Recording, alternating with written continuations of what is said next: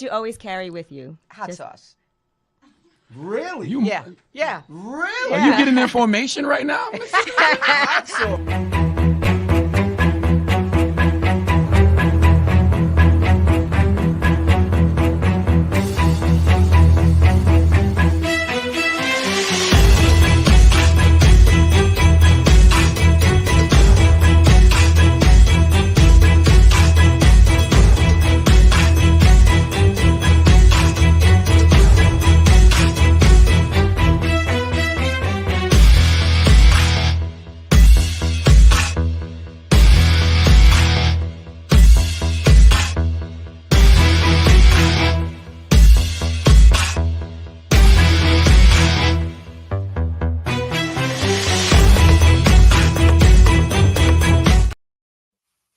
Good morning, good evening, good afternoon. Welcome, welcome, welcome.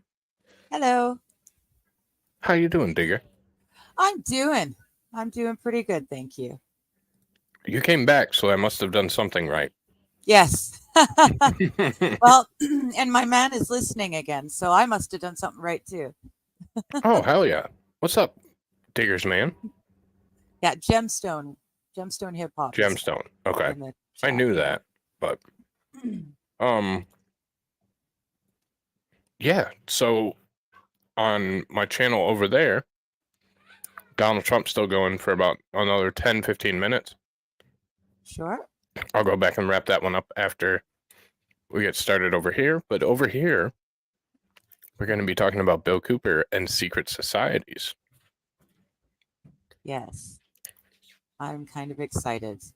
This will be your the way I figure it, we showed you last week, we showed you Bill Cooper near the end of his life, where he called 9/11 and named bin Laden months before it happened.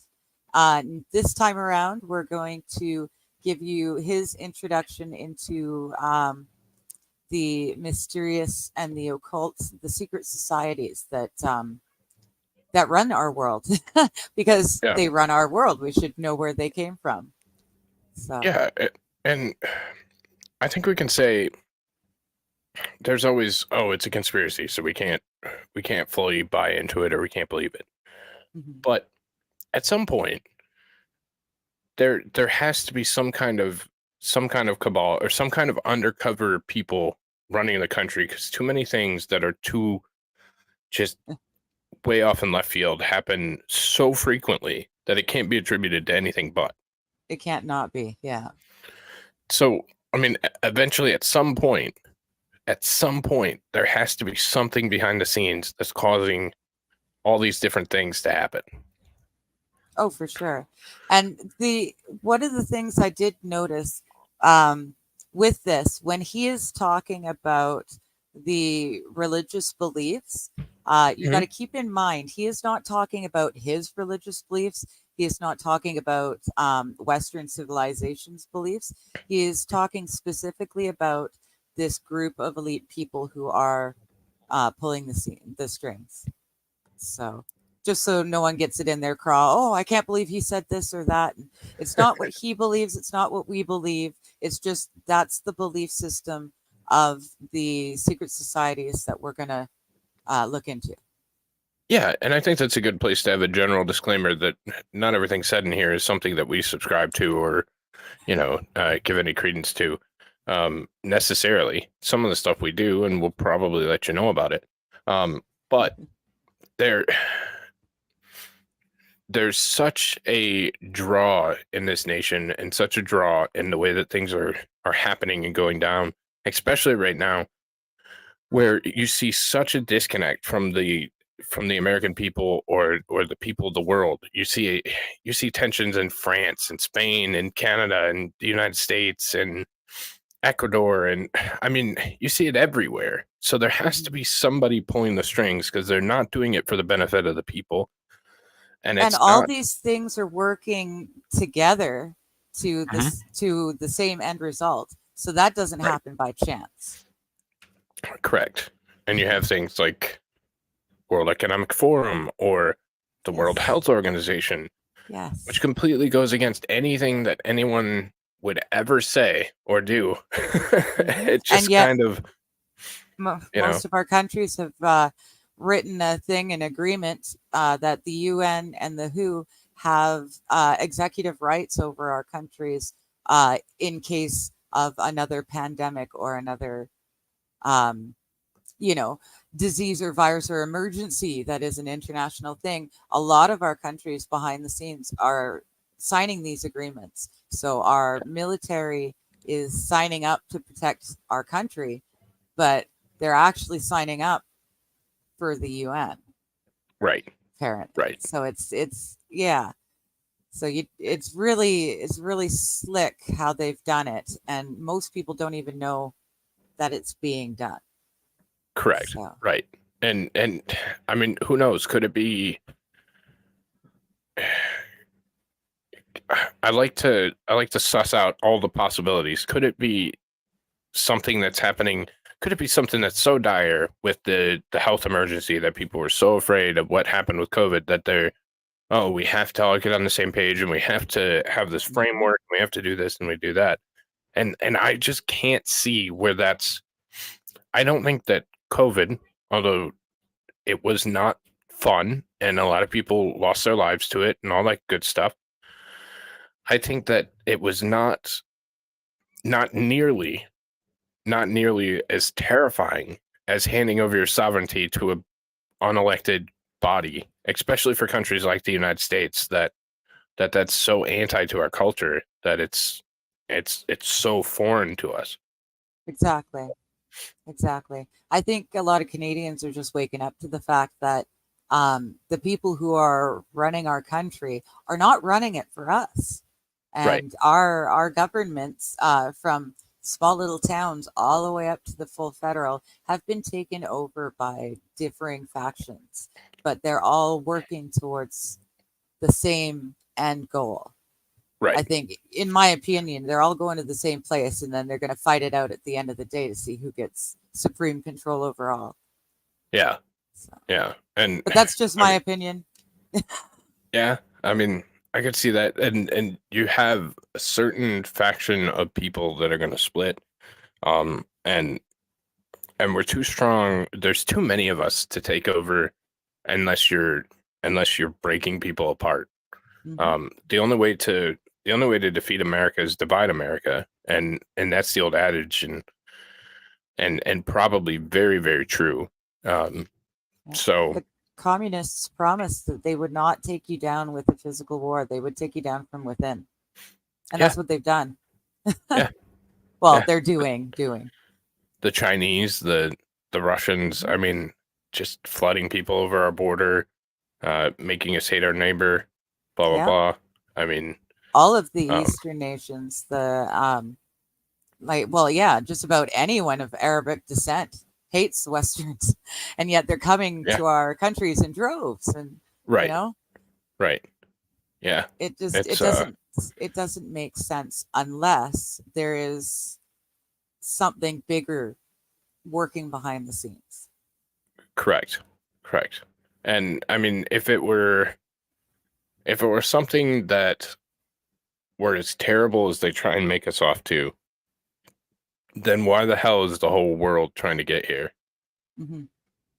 in droves? Oh, Yeah. damn it, I have hiccups. Stab it. So that's one of those, let's say hello real quick and then we'll get into Sure. the video. But hello, Digger. Hello.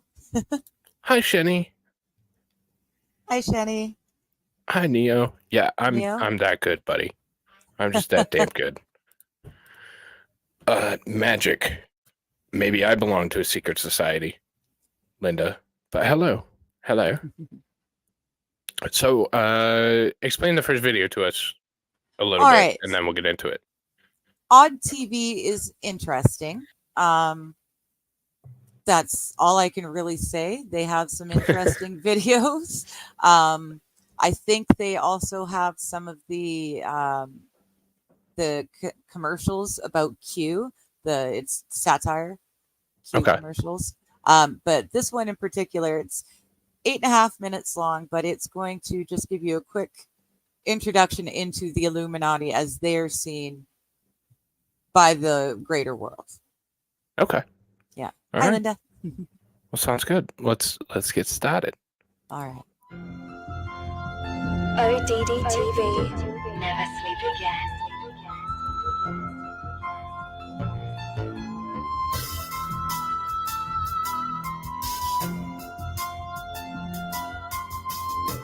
It's got good tunes.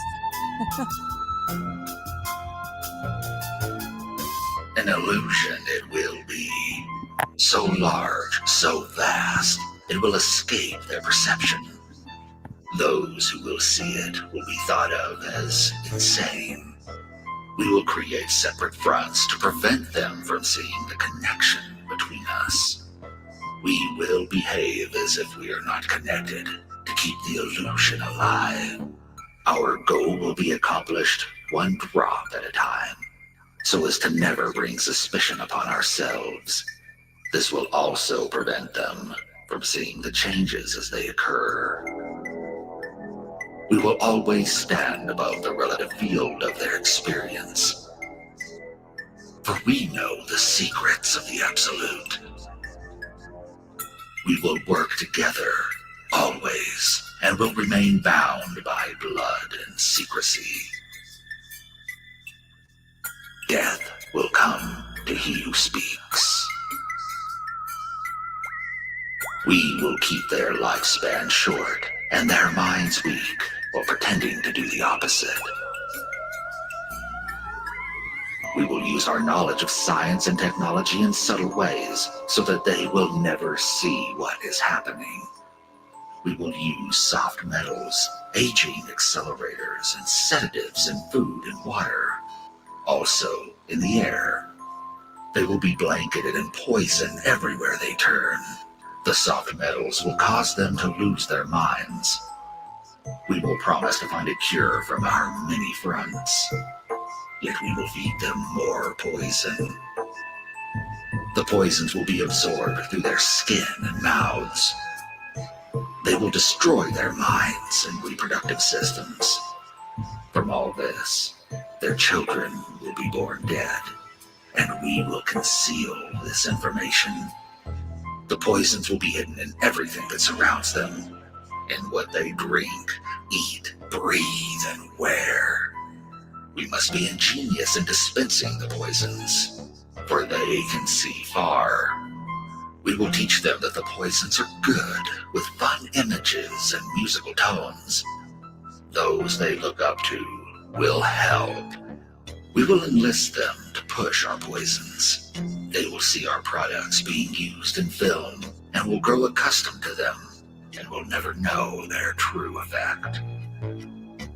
When they give birth, we will inject poisons into the blood of their children and convince them it is for their help. We will start early on, when their minds are young. We will target their children with what children love most, sweet things. When their teeth decay, we will fill them with metals that will kill their mind and steal their future. When their inability to learn has been affected, we will create medicine that will make them sicker and cause other diseases for which we will create yet more medicine. We will render them docile and weak before us by our power. They will grow depressed, slow, and obese, and when they come to us for help, we will give them more poison. We will focus their attention towards money and material goods, so that the many never connect with their inner self. We will distract them with fornication, external pleasures, and games, so that they may never be one with the oneness of it all. Their minds will belong to us, and they will do as we say. If they refuse, we shall find ways to implement mind-altering technology into their lives. We will use fear as our weapon. We will establish their governments and establish opposites within. We will own both sides. We will always hide our objective but carry out our plan. They will perform the labor for us, and we shall prosper from their toil. Our families will never mix with theirs. Our blood must be pure always, for it is the way. We will make them kill each other when it suits us. We will keep them separated from oneness by dogma and religion. We will control all aspects of their lives and tell them what to think and how. We will guide them kindly and let them think they are guiding themselves. We will foment animosity between them through our factions. When a light shall shine among them, we shall extinguish it by ridicule or death, whichever suits us best. But if they ever find out they are our equal, we shall perish then. This they must never know. If they ever find out that together they can vanquish us, they will take action. They must never, ever find out what we have done. For if they do, we shall have no place to run, for it will be easy to see who we are once the veil is fallen.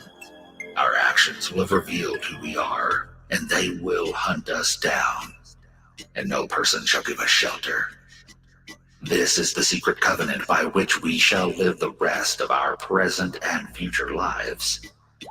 For this reality will transcend many generations and lifespans. This covenant is sealed by blood. Our blood. We, the ones who from heaven to earth came. This covenant must never, ever be known to exist. It must never, ever be written or spoken of. For if it is, the consciousness it will spawn will release the fury of the Prime Creator upon us. And we shall be cast to the depths from whence we came, and remain there until the end of time, of infinity itself.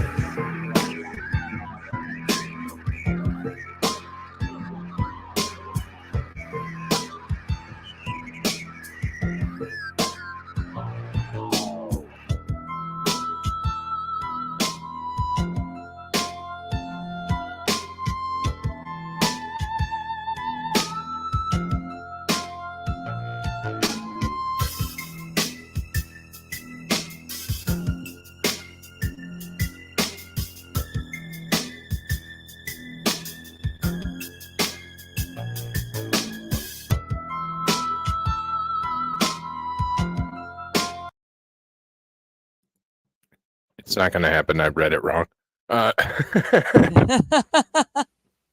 So there was a lot in that. Yes. A lot in that. Wow. So again, some of the things that we can definitively say that we are significantly more overweight than we were such and such time ago. Yep. We're a heck of a lot dumber since the internet got involved. We're dumber. We're more overweight. I think we're less healthy. I mean, they say, oh, we're living X amount of years longer. But how... Are we, though? I don't even know if that's true anymore. Yeah. I think that there's some thought process that we're being fed this narrative where, well, modern medicine works. Well, it really doesn't. We're not even going to take in the pokey poke because that's a YouTube no. But if you take in the other things, you take in a medication. So the medication has side effects. So you have to take another medication and then another and then another. And before you notice, you're on 30 medications and trying to manage the symptoms of them all. Right. Trying to reconcile with that. And it's difficult. As far as the other things, our foods are poison. Our foods are poison. You can see that unequivocally because there's these pesticides, there's these hormones, there's the genetic modification of there's the microplastics in everything. Yeah. Right. Like the microplastics can now penetrate your blood-brain barrier. Yeah. So, like, can you just think? Yeah, it's all insane. Everything out there is poisoning us, or is being made to poison us. When it comes to stuff like, oh, we've got to cull certain animals because there's X disease going on out there, or how many chemical spills and fires have we seen in this year alone Right. that's ruined the earth around it. Yeah. And so you're even seeing reports out now that us breathing Yeah, is I is know. harmful to the environment. So I know. Oh my um, gosh. and again, you get down to, and maybe he makes reference of it. If not, if he does, I apologize for going ahead. But you take something like the Georgia Guidestones, where the Guidestones say 500 million. That would be a drastic reduction in population. Oh, for Drastic sure. reduction. For But sure. it seems like we're headed in that direction. It seems like we're going to rapidly lose a ton of population. And I think it happens over the next, 5 to 10 years. That's what it seems like. It's where it seems like it's going. So, Yeah. there's no other Earth for us. This is our planet, Yeah. our life. This planet is our life. Yeah, yeah. And there are people trying to work on getting to other planets, but that's being stifled too. So, Yeah. Yeah. even our way out is getting fucked over repeatedly. Yeah.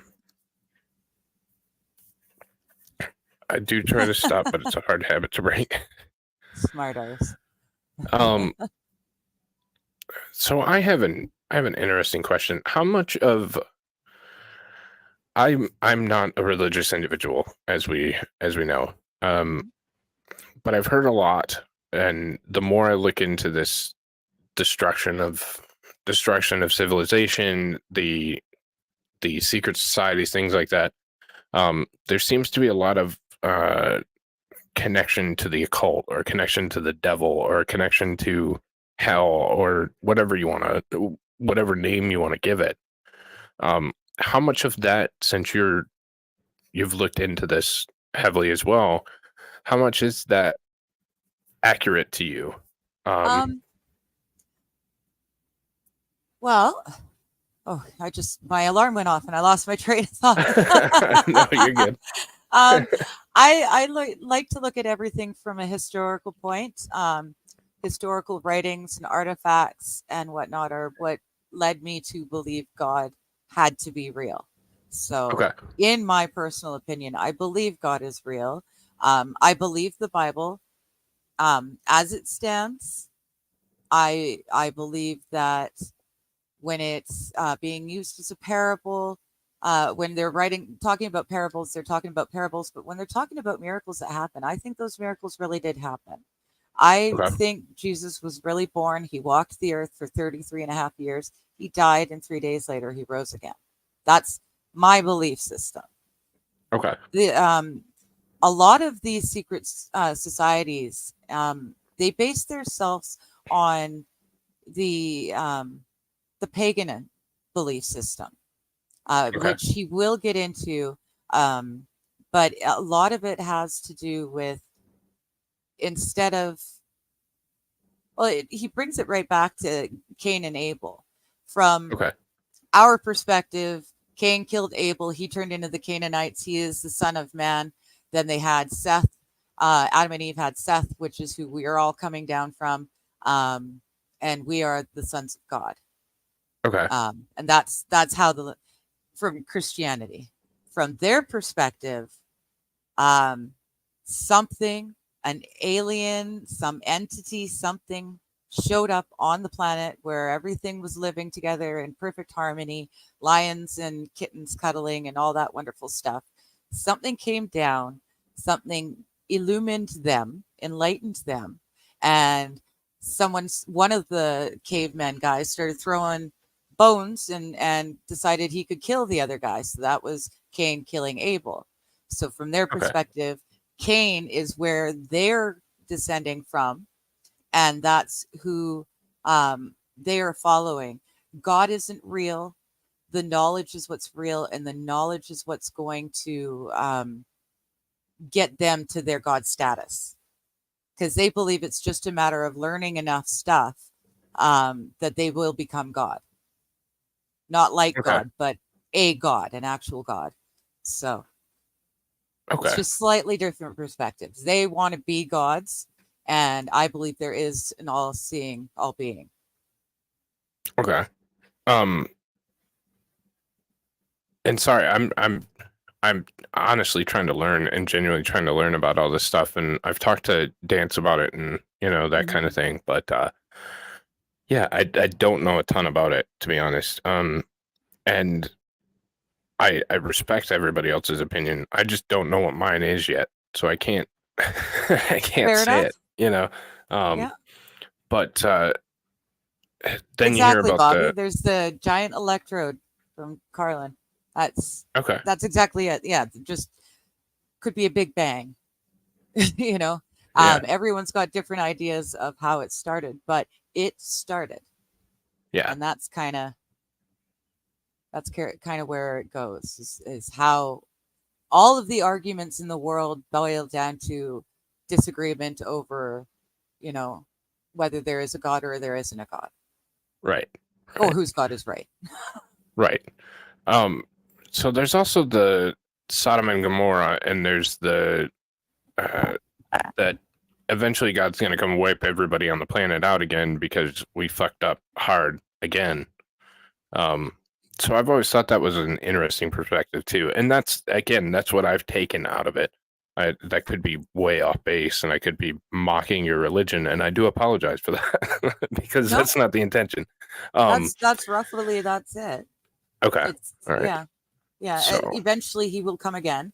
From my perspective, from my personal belief system, my understanding, he will come again. Those of us who have chosen by our actions, our thoughts, and our deeds, or in our words, to follow God, which is basically the moral compass of the Ten Commandments. okay, And Western civilization has been built on the agreement that the first four commandments are to be a decision made by man and man himself alone, and that the okay, last four are the ones that give us our morals. gotcha. So, I can't remember where I was going with that. Sodom and Gomorrah, he will come again. Those of us who have, however, chosen good will be, if we're alive, we will be taken up after the people who have died but chose God are taken up. Okay, And then the people who chose the devil, they will be put into the eternal flame. Some people say how horrible that they're going to burn forever and ever in hell. I don't believe hell exists. I believe the eternal flame exists. And I believe that a human body, when put into temperatures beyond imagination, is not going to last very long. So the bad people are tossed into the eternal flame. They're gone and they are no more. Their souls are no more. The only one who's going to be burning for eternity is the devil. But that's just my understanding of the Bible, and I could be completely wrong too. So, but then we all get to go up and have mansions.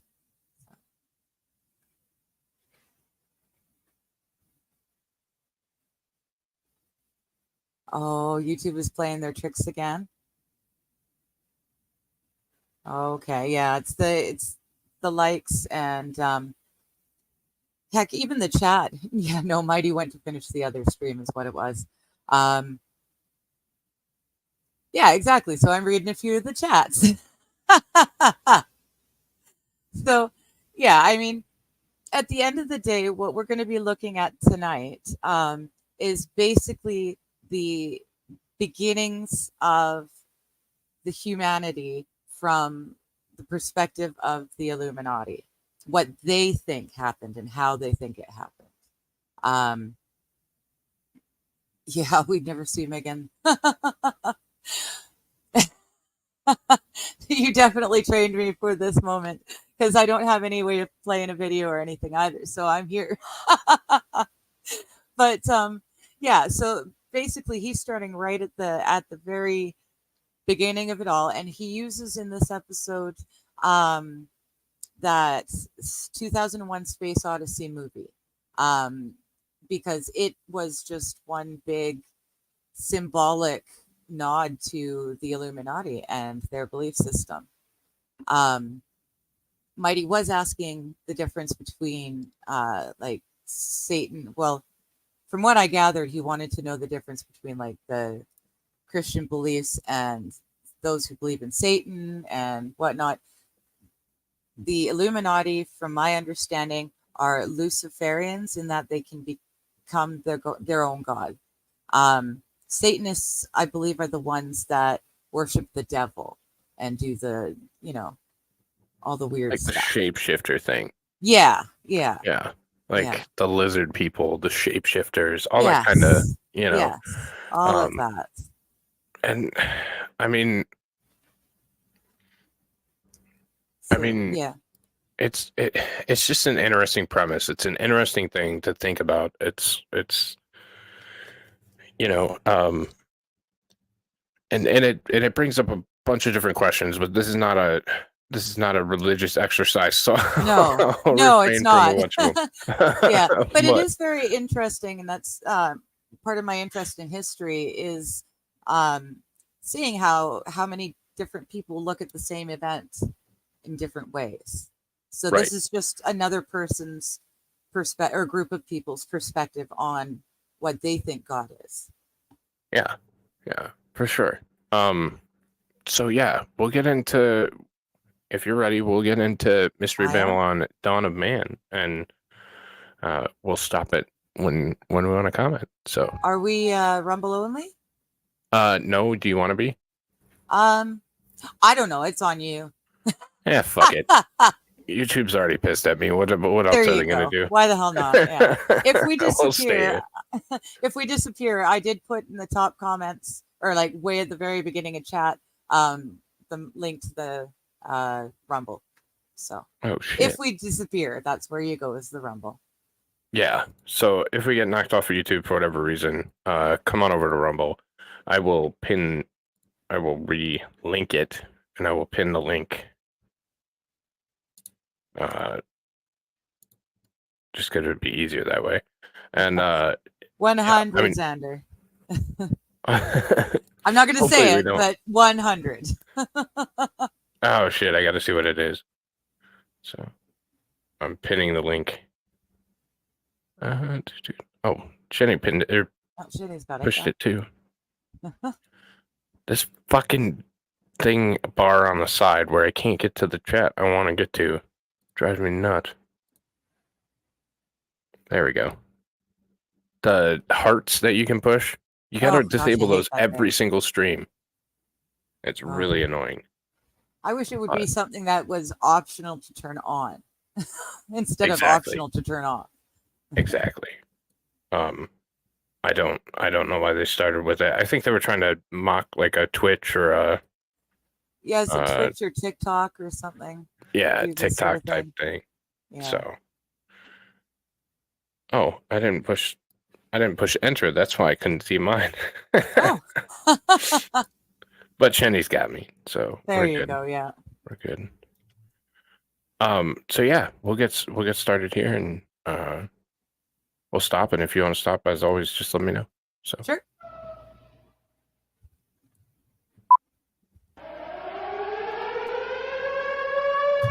I was 5.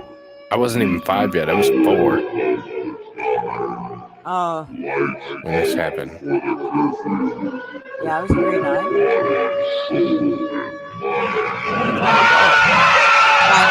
Grade 8. Yeah. Okay.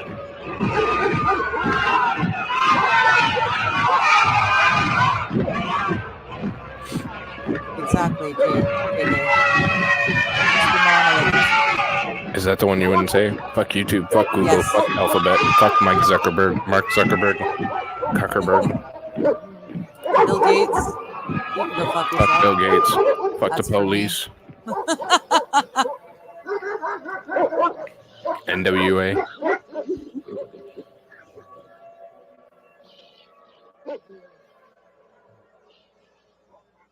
Welcome to the Hour of the Time.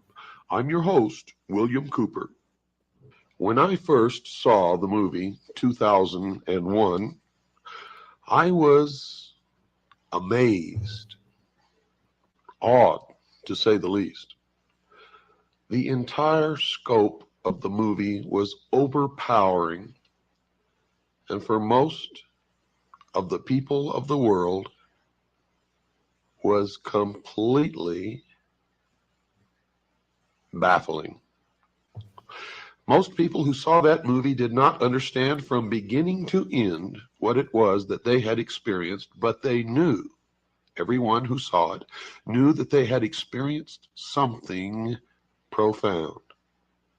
That something had been communicated to the dark, deep recesses of their mind. Good question, amazing. I'm going to tie it into the show. Look at how fucking professional I am. So, You know what? No, I've been asking myself that same question. Why are they giving tours of this thing that is supposed to save his life when the world goes to hell? one, it's not probably the real thing. The real thing is probably someplace else. Two, other side of the world. Yeah. Two, it's predictive programming, and they're trying to encourage us to think that it's coming, encourage us to bring it upon ourselves, and encourage us to take part in it when it does happen. So it's all predictive programming, just like the two movies that recently came out. One, the Civil War, and the other one, I forget what the other title is, but both predict, these types of things, and to get them into our heads and to get us to act on them, they have to then portray them as happening. They have to give us signs that it's reality. Because on our own, we're not going to be like, oh, the world's coming to an end, we have to go dig a hole. But if we see, people doing it, or movies portraying it, talking about it, so then it's just part of the general intelligence. And this is what you do if this thing happens. Right. If you see it trending on Twitter, if you see it trending on, TikTok, if you see it here or there, that's how we consume our media, and that's how we get our information now. So, of course, you're gonna artificially trend things so that it's just another layer in your head to achieve the goals and the ends of the goals that they're looking for. It's my opinion. Yep, I agree. Exactly. It's everywhere. Yeah. So do we. I know the date on it.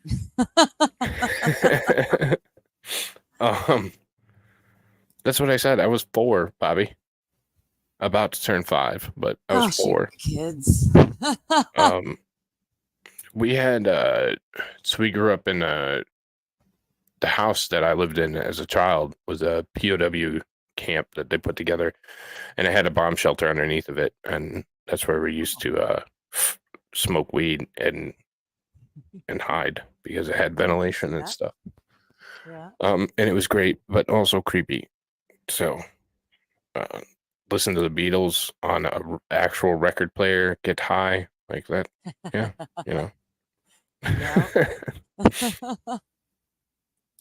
But all right, no, I just want to address that because I thought it played into which they did not understand,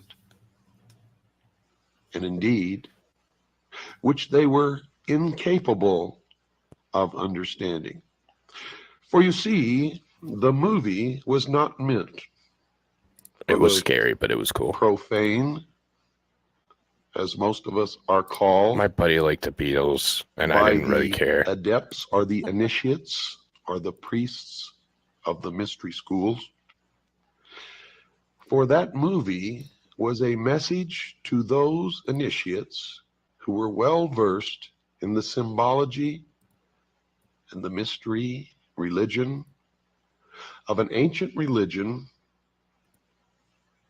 that is practiced to this day in secret. Now I'm going to tell you the meaning of the symbology that you saw in the movie 2001, and then each and every listener should go to their local video rental store and watch the movie again from beginning to end. For it is the story of the entire human race according to the history of the mystery religion of ancient Babylon. Now, I can assure you that you will not understand any of what you are going to hear without ample preparation and without a basic understanding in the symbology of the ancient religion. And you're going to get that, and this is going to be a series of programs that will, in fact, take probably many hours to complete.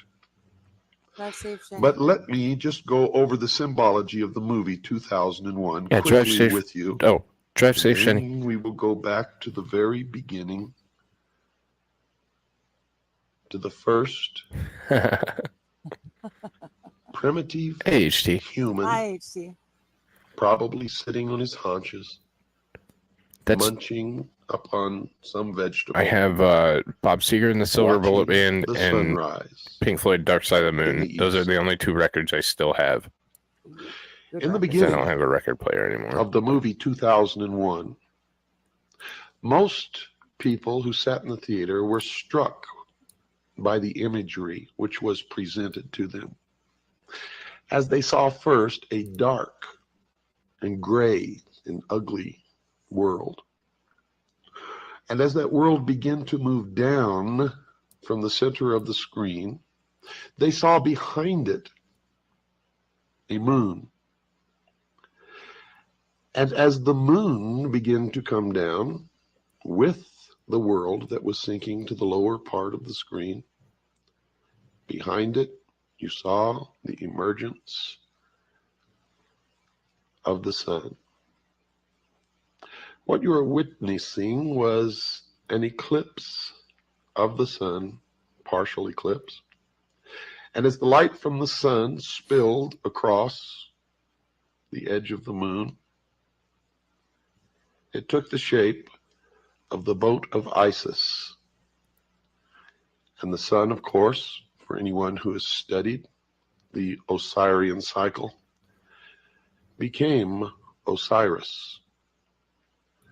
And the symbology. Do you know what Isis and Osiris are? Because I've always wondered that. If you do, I would love it if you explain what the hell it is, because we see a lot of that in space travel now. Yes. Some of the naming conventions, and I've always wondered and never really taken the time to look very deeply into it. So they are the Egyptian gods, the sun and moon. So Osiris is the sun, and Isis is the moon, sun being male, Isis the female. Yeah, it's basically because at that time the biggest things they had were the sun and moon coming up and going down, and so that's what they worshipped. Gotcha. Okay, that makes sense.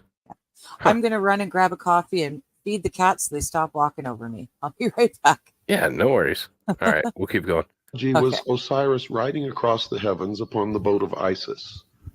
Now, this will all have much deeper meaning to you as we progress toward your education in the ancient mystery schools, which are today known by many different names, and we will get to some of those names as we go along. This signified, of course, the creation of the universe and of the world. And what we saw next was a barren plain, nothing growing, barren rocks, barren desert. And then we saw the sun begin to rise in the east over the horizon, signifying the birth of the world. As the sun traveled across the heavens, you saw the wind begin to move across the face of the earth, signifying that something was happening. Then as the sun began to reach its zenith on a prime longitude, we began to see shrubs, small green plants began to emerge. Now, the sun traveling across the heavens did not, of course, signify a day. It signified an age. An age, dear listeners. As the sun sank deeper into the afternoon, we saw the emergence of animal life, birds. And we could hear the birds singing. And we could see the animals.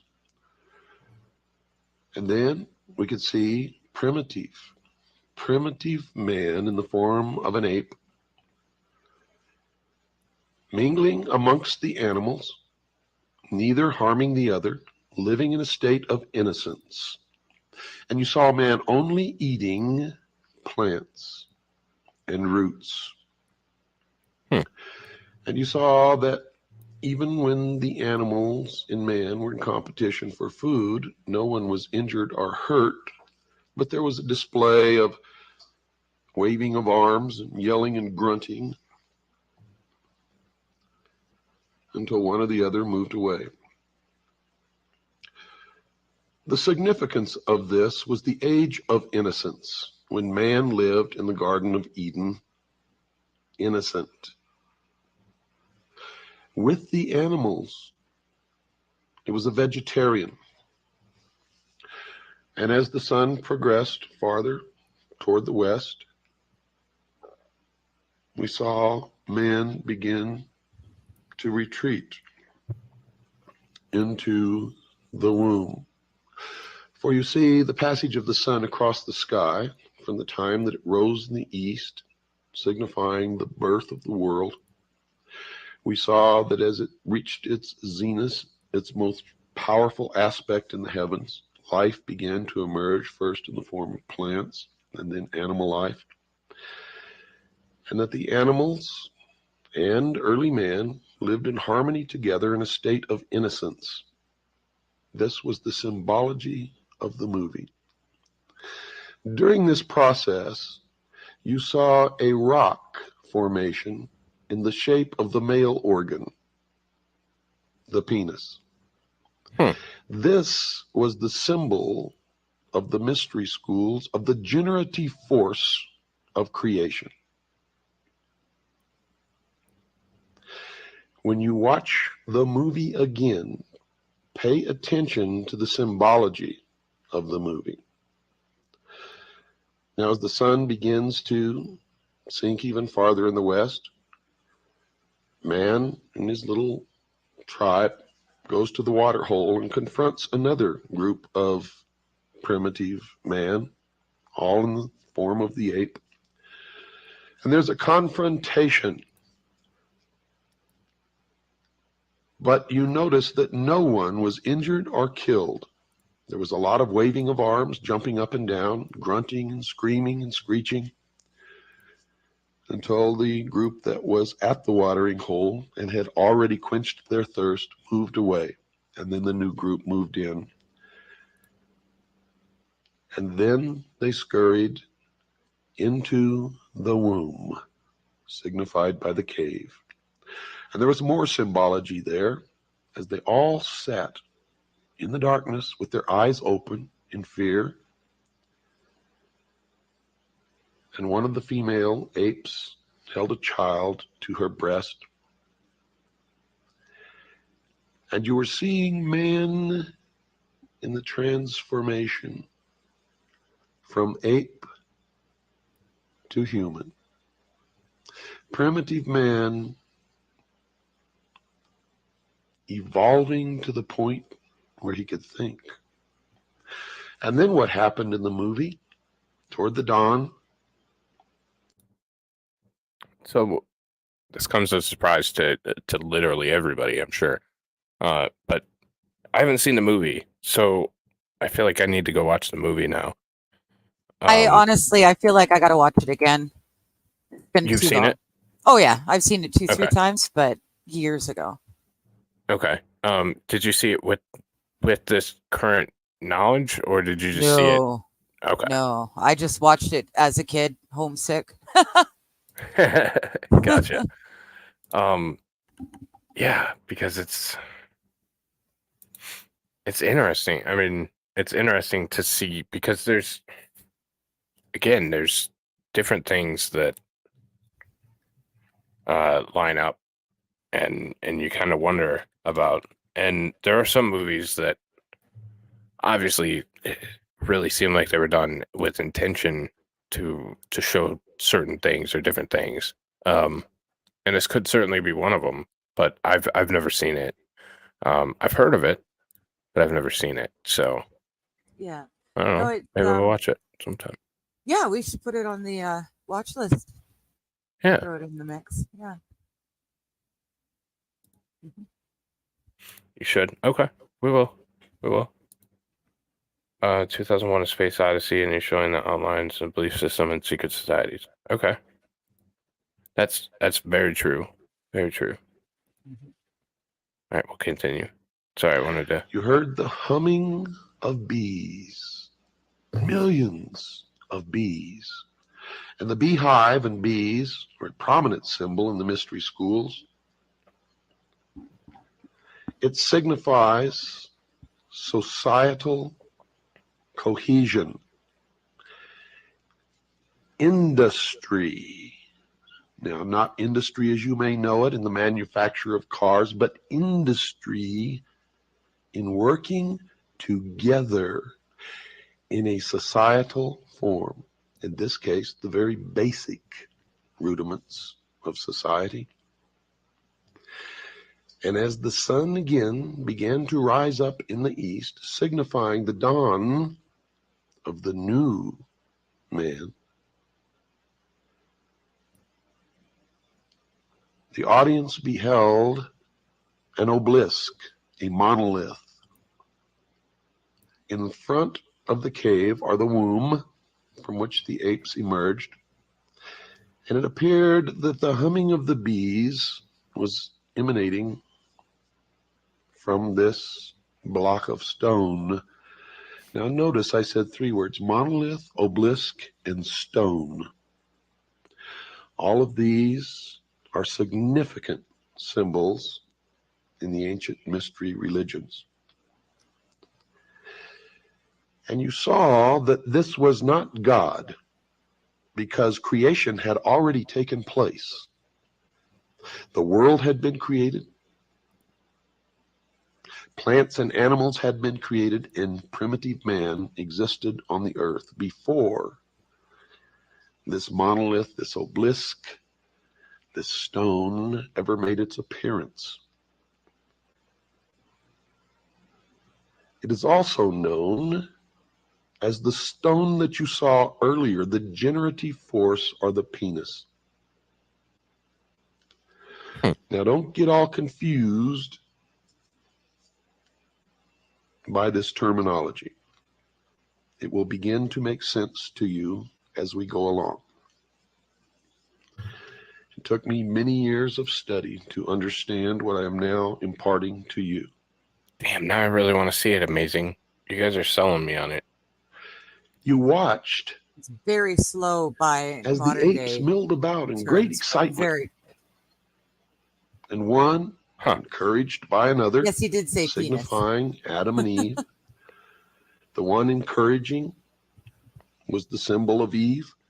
The one being encouraged was Adam. Just talking about my ancient brethren, Until the ancient mighty he me. actually reached out and touched the face of the stone, and he was imparted intellect. You could tell that something significant had happened because the tone and the general volume of the music changed at that point. And then the other apes began to touch and rub the statue. The statue Now, is most people that I symbolic knew of God, attributed what of the devil. happened. Statue symbolic of the devil. Yeah, so that's where they're getting this knowledge, is from the monolith or the obelisk, which is symbolic of the devil coming and giving them the knowledge. Okay. Or Lucifer. And I'm not trying to be an ass. That's the penis stone, right? Yes. Yes. Okay. Well, they use We're penises actually, for fertility and all that kind of shit. So it's not like it's that crazy to have a penis stone. So yeah.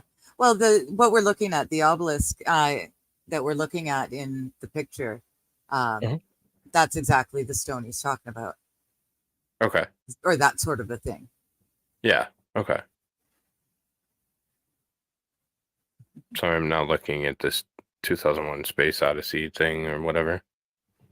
It's All right. yeah, it's slow but really, really worth it.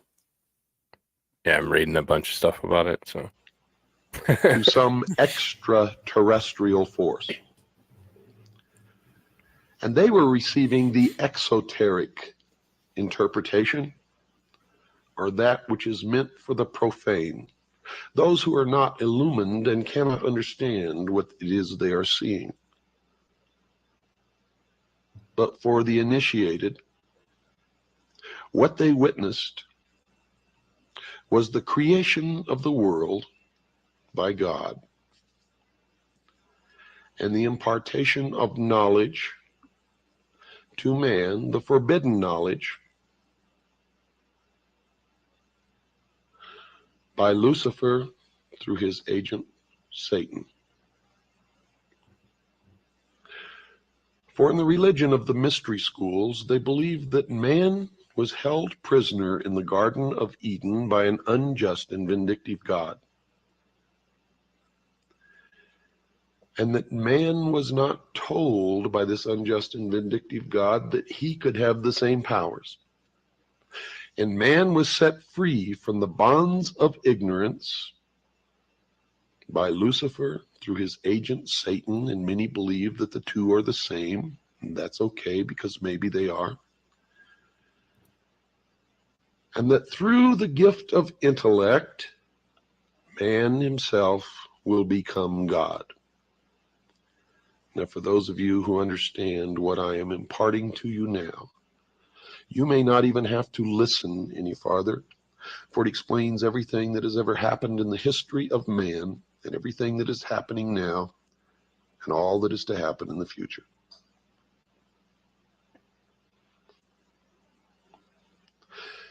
As it progressed, you saw the first primitive man form the first original thought with the use of the gift of intellect when he squatted in the dust and picked up a bone and flopped the bone over and saw it hit a rib, and the rib flew up into the air, and he looked at it, and he flopped it over to the other side and hit another piece of rib bone, and it flew up into the air. And you could see the wheels turning in the mind of this primitive individual as he lifted the thigh bone and then struck down in front of him and watched bones fly. And then he struck again and again, and then he crushed the skull of the dead animal that was lying in front of him. And you notice that the portrayal of this was absolutely accurate, because the next thing that happened was that this new gift, this intellect, and this original thought led to the murder of another primitive human being. In this case, of the tribe that had not been given the gift of intellect, did not have the ability to use a bone as a weapon because they had not made the connection. okay, this is where and maybe it was different at that point, but I disagree because humans are inherently violent. Or is he trying to argue that humans weren't violent? Well, from a biblical perspective, there was no violence. Violence is a part of sin. Okay. So until Eve took a bite of the apple and fed it to Adam, we didn't know good and evil. So there was no evil for us to worry about. We wouldn't have even thought of hitting someone or something. But with the knowledge of good and evil, we learned violence. So that's what he's saying. Those that the tribe that touched the monolith got the knowledge, and they're the ones that realized that we could knock the other tribe on the head with these bones, kill them off, and take control. Gotcha. Yeah. Hmm. And So I'm sitting here menacingly, Bobby.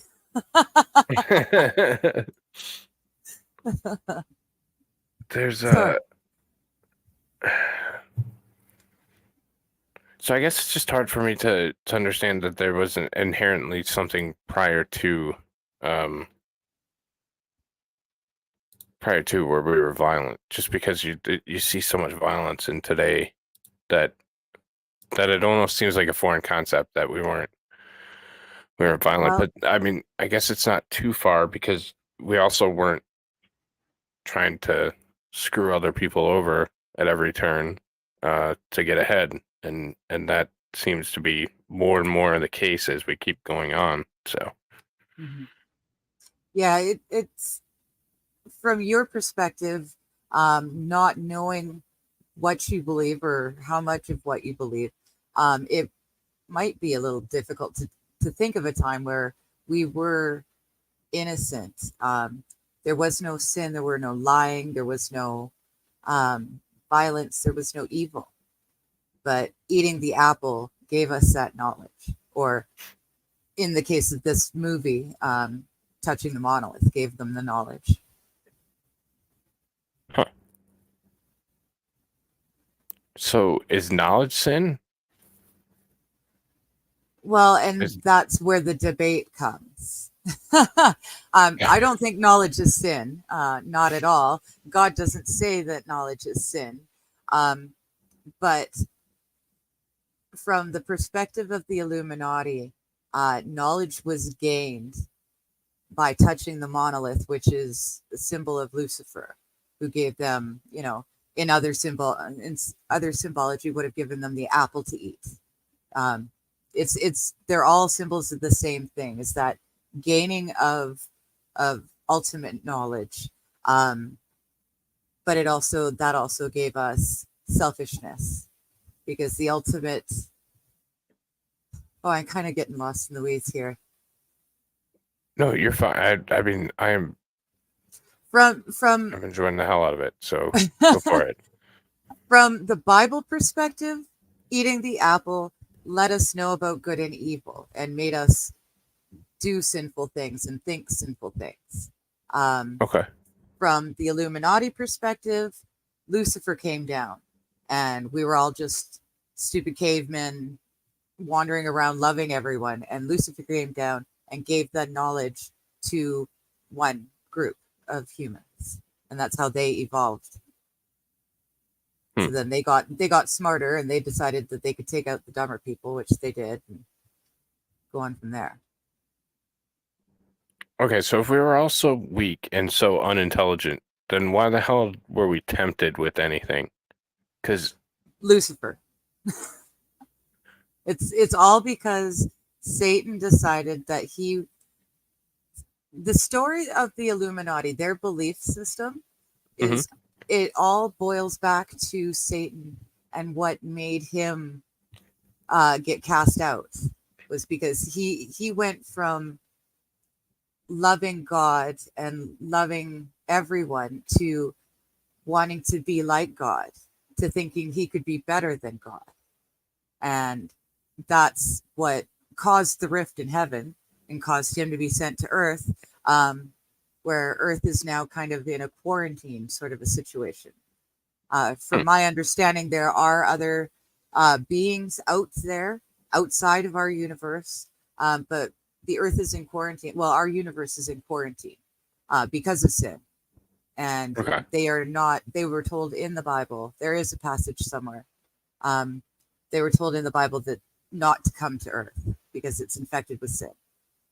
So. Okay.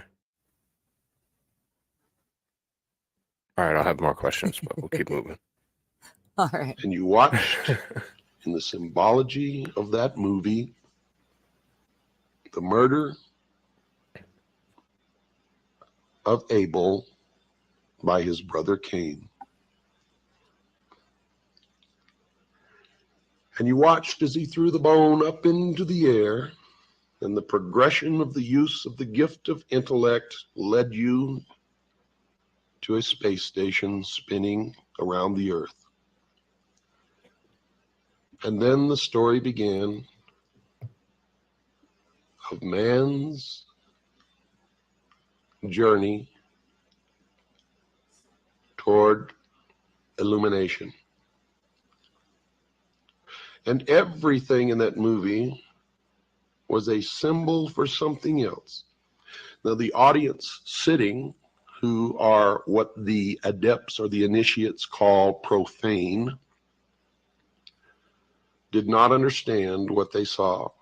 They thought that it was really about a journey into space by an astronaut or a group of astronauts, and the bad things that happened to some of them, and one survived.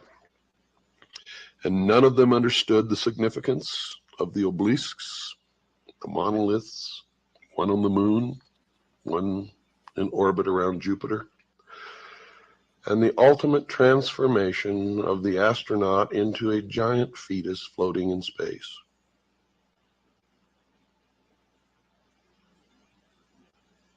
And to tell you the truth, when I first saw the movie, I didn't really understand it either, but I knew that there was something of such import there that I needed to know, that I never stopped studying until I found out. And of course, one discovery leads to another. And every time I answered a question, 100 more popped up, until I reached a point, dear listeners, where I realized that if I studied for the entire rest of my life, there is not enough time in my life to learn what it is that I need to know. But I have learned enough along the way to impart some of my knowledge to you, and maybe you can help me find the ultimate truth that all of us ultimately learn to look for. Although not all of us ever realize that we are looking, and most of us never even understand what it is that we are looking for, but some of us do understand that we are looking. The adepts or the initiates, the priesthood of the mystery school, believe that they have found it and that they know all of these things. And I'm not really sure that they do. Because in my search and my ultimate illumination, and yes, I have become, to a degree, illumined or illuminated. I have discovered that I am more illuminated than most of those who have gone through the process of initiation in the mystery schools and believe that they know more than I do. And it's not true. I have surpassed them by so far. And they believe that they are so far ahead that it has become difficult for me to place myself in any kind of logical progression along a path that I am following, and I know not where it will ultimately lead. But I know that many have been misled along this path and are worshiping the fallen angel that we know as Lucifer.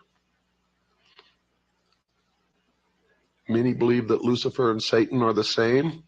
Many people believe that they are totally different entities and that Satan is evil and Lucifer is not. But Lucifer rebelled against God according to the Bible and was expelled from heaven and flung to the earth to be the master of the material world, the master of the earth. Now, if Lucifer is indeed Satan, how this transformation took place, I am not wise enough to know. If they are different, then I have not yet discovered where Satan came from, if Lucifer is not Satan. Now, there are people who have professed to know the answers to these questions and have sat down and we have talked for hours. And I still am not sure that they are right or that they are wrong. And I'm still looking for the answer to that question. But I do know this: ancient man witnessed something that he described in his oral history and in his writings. And it could probably be called the first UFO sighting in the history of the world. How art thou fallen from heaven, O Lucifer, son of the morning star? Now notice, Lucifer was called the son of the morning star. He was also called the morning star. And there is a great mystery here, because Christ also called himself the morning star. Now, how all that fits together, I do not know, but I have been told by those who have been initiated in the mystery schools that Christ and Lucifer are one and the same being. However, I cannot bring myself to believe that. What you believe, of course, is your own business and is not my intention to make you believe anything, but rather to impart to you what I have learned over many, many years of study into the secrets of those who worship the ancient mystery religions in secret for thousands of years. For you see, that monkey who sat there squatting on his haunches in the desert, striking. Okay, so I'm going to interject for like 2 seconds with something else. Because this kind of answers the question that I've been having about this specific, damn it, did the wrong thing. This specific thing. So I know I've asked this question a couple times. I asked it on Shenny's stream, but this is the clip that I was talking about. So he's talking to Redacted about these UFOs and fallen angels and blah blah blah. And I think this is the direction where he's headed, or talking. So this is like a minute, so I'm going to play it in between. Cover, you're sitting there saying, wow, this is like soul crushing, like to the point where like it really scares you in your soul. There are two. Yes, there are two. One is the 2020 election. The second thing that bothers me is the UFO story. And you know, the more you dig into that and talk to people with actual knowledge of, there are parts of that story that I do not understand at all that are really, really, really dark. It's so dark that I, haven't told my wife about it. I mean, I haven't verified any of this, but this is not just stuff that I read on the internet. I know you all are very, very grounded in that story, so I think I know what I'm talking about. Yeah. But there's some stuff there that's just like, man, I'm not even sure what that means. There's a spiritual component there that I don't fully understand.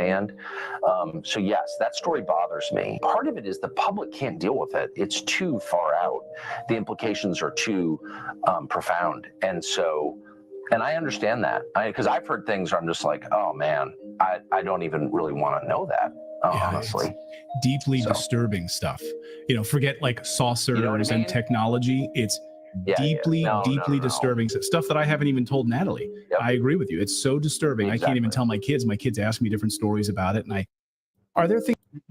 So I feel like that's close to the same vein. Like, I understand they're totally different people, but I feel like that's in the same. I feel like we're getting close. Yeah. Cooper goes into aliens quite a bit. Right. In his opinion, aliens aren't aliens. It's just human knowledge that has been kept from us plebs. Like whatever we are seeing as the newest and latest and greatest technology is nothing compared to what our governments actually have already. They're just not sharing it with us plebs. And so that way, I know, it's an Air Force us, intelligence digger. yes, there you go. Okay. See, there you go, Gemstone. Air Force intelligence. So, yes. So there are things that they have and they know that to us would look like it's alien technology because we can't comprehend it. But it is really human technology. It's just so far advanced and they've kept us so far back. Now, when it comes to aliens and devils and evil spirits, I'm of the opinion anything that is considered an alien would have to be one of the fallen angels, would be a devil. But that's because I'm of the opinion that our universe was quarantined. So no other beings are allowed to come on. So the only other beings on Earth other than humans are the fallen angels and Lucifer. So it has to be them giving us that knowledge. And in that respect, it's an agreement with the Illuminati's idea that it was Lucifer that gave us that knowledge. And it's in line with the Bible, which says Lucifer gave us that knowledge. Okay.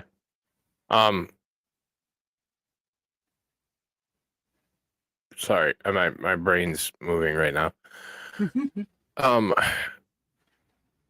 So I think that we get presented with certain knowledge so that we can figure out problems that we have.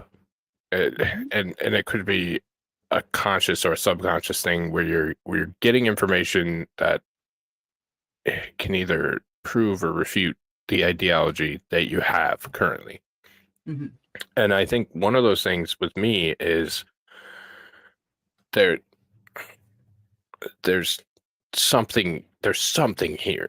There's something going on. And no more clearly evident than I told the story before. Hayden and I went to Natural History Museum in Houston together. And they had a bunch of artifacts from the Aztecs and from the Egyptians and blah, blah, blah. Yeah. And the way that those things were produced and the precision and detail in which those were not produced by humans on Earth with the skill set that they had at that point. Exactly. So something had to give it to us. Right. It came from somewhere other than here, or it came from something with a skill set far superior to ours at the time, and potentially even at now. These things were just so unbelievable that it was difficult to wrap your head around the idea that these items were so advanced that it was odd. So when I get to a couple, who's to say that I haven't?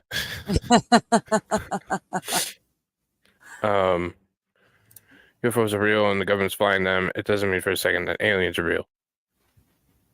See, and that's somewhere where he and I disagree. I believe aliens exist, but they are not aliens as we are told they are. They are just evil entities, evil like the fallen angels, like I said. But that's my belief, not his. Right. So there's a couple of things. Linda said some people believe that the prophet Elijah was taken up in a UFO. Well, and exactly, like, what is a UFO? You got to think at the time of Elijah, what they saw can only be described a certain way because that's only within their realm of understanding. Right. What they saw in description to us sounds like a UFO because that's within our own realm of understanding. He was taken up. He went up with oh gosh, now I'm getting mixed up, but I think, did Jesus not come and get him himself? I might be confused. It's been a while. But either which way, Elijah's the only one. The prophet Elijah's the only one that didn't die. The only human that didn't die. He was taken up before death. Flaming wheels Okay. and not eyeballs on him, but yeah, the chariot with the flaming wheels. Yeah. So, yeah, one day they'll fake something, the alien invasion, to bring about the world socialist government they have been building people up to. Yeah, I mean, Project Bluebeam and yeah, I mean, yeah, I wouldn't doubt it. Sorry, JKD Buck is saying it was Enoch that didn't die. Was it? Because I know there was Elijah and Elisha. But I thought it was have no Elijah idea. Yeah, no, I will go back to my Bible later and figure it out. I thought it was Elijah that was taken up without having died. Oh, Enoch was taken up too. Okay. See, and I'm not a Bible expert by any means, so I'm just groping and stumbling along. So I appreciate you guys in chat being able to fill in some stuff. Huh. So what do you think about something like the Anunnaki? I know we're getting way fucking off topic, but just indulge me for like 3 seconds. Okay, which ones are they? They're the giants from a different world. Blah, blah, blah. Well, from my own personal belief system, what I understand to be true would be that they would be fallen angels. Okay. From my understanding. Doesn't mean I'm right, but that's how I understand it to be. Any being that is on Earth and interacting with humans that isn't human has to be Lucifer or one of the fallen angels that were thrown down to Earth with him, because they're all stuck on Earth. Okay. Yeah, because there's Nibiru, Anunnaki, Planet 9, all that kind of stuff. That was intriguing because from a physics point of view, the math worked out, at least in some form. So well, there's no reason for the math not to work, because no matter whose perspective, it still happened. yeah. Yes, exactly. Enoch is Genesis 6.21-24 is what So that's chapter 6, and then 2:1-2:4, that's the verses. Oh, okay. So you know when you're looking at a Bible. So 21-24. I'm not saying this to be funny, but I think it would burn if I ever picked up a Bible. Honestly.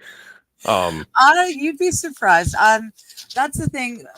One of the things that I love that my pastor says a lot is, like, he talks about why he thinks that the Catholic Church is wrong, but he makes it very clear that he knows there are he knows himself lots of Catholics and Protestants and Muslims and whatnot, and just because they don't believe and follow the Bible exactly as he does doesn't mean they're not going to be in heaven.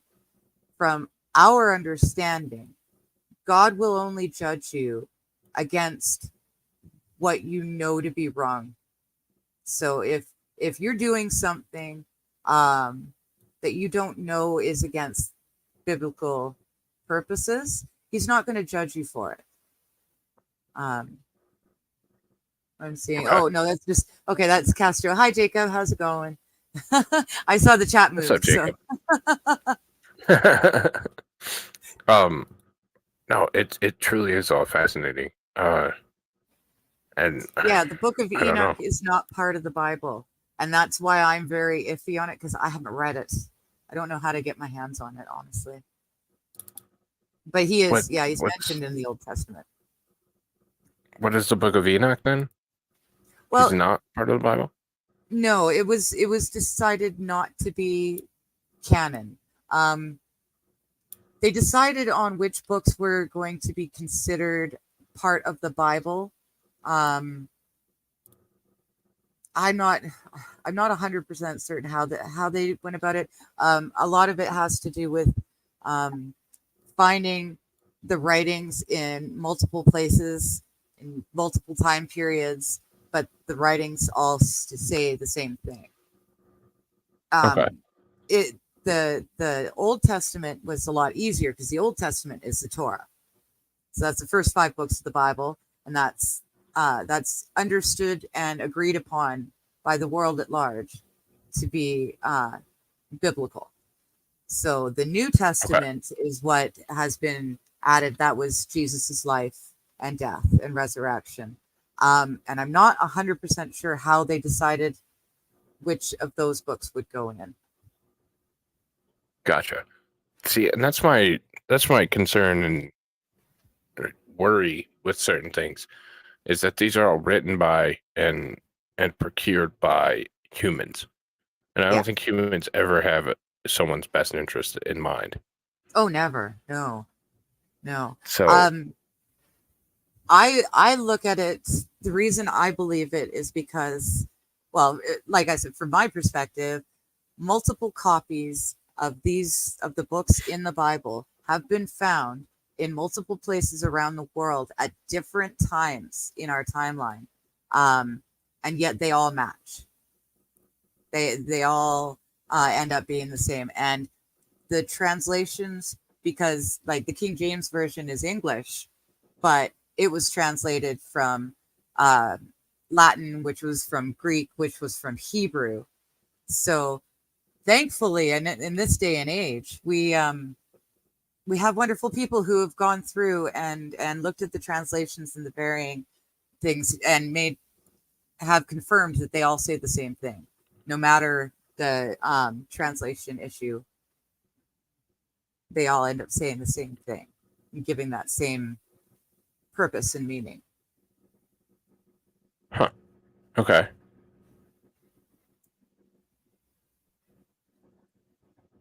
See, that's the thing, Bobby. You're saying chosen people, my ass. That's the funny thing about the Jews is, sure, they are God's chosen people, but He chose the people that just refuse to obey. Like it even says they're hard-headed, they're stubborn people, and they just could not obey for any real length of time, and that's because of sin. But they're still God's chosen people, and now us, the rest of us, goyim, if we choose to believe in God and to follow Jesus, we are basically being grafted back into the Jewish race. So it's kind of like planting flowers.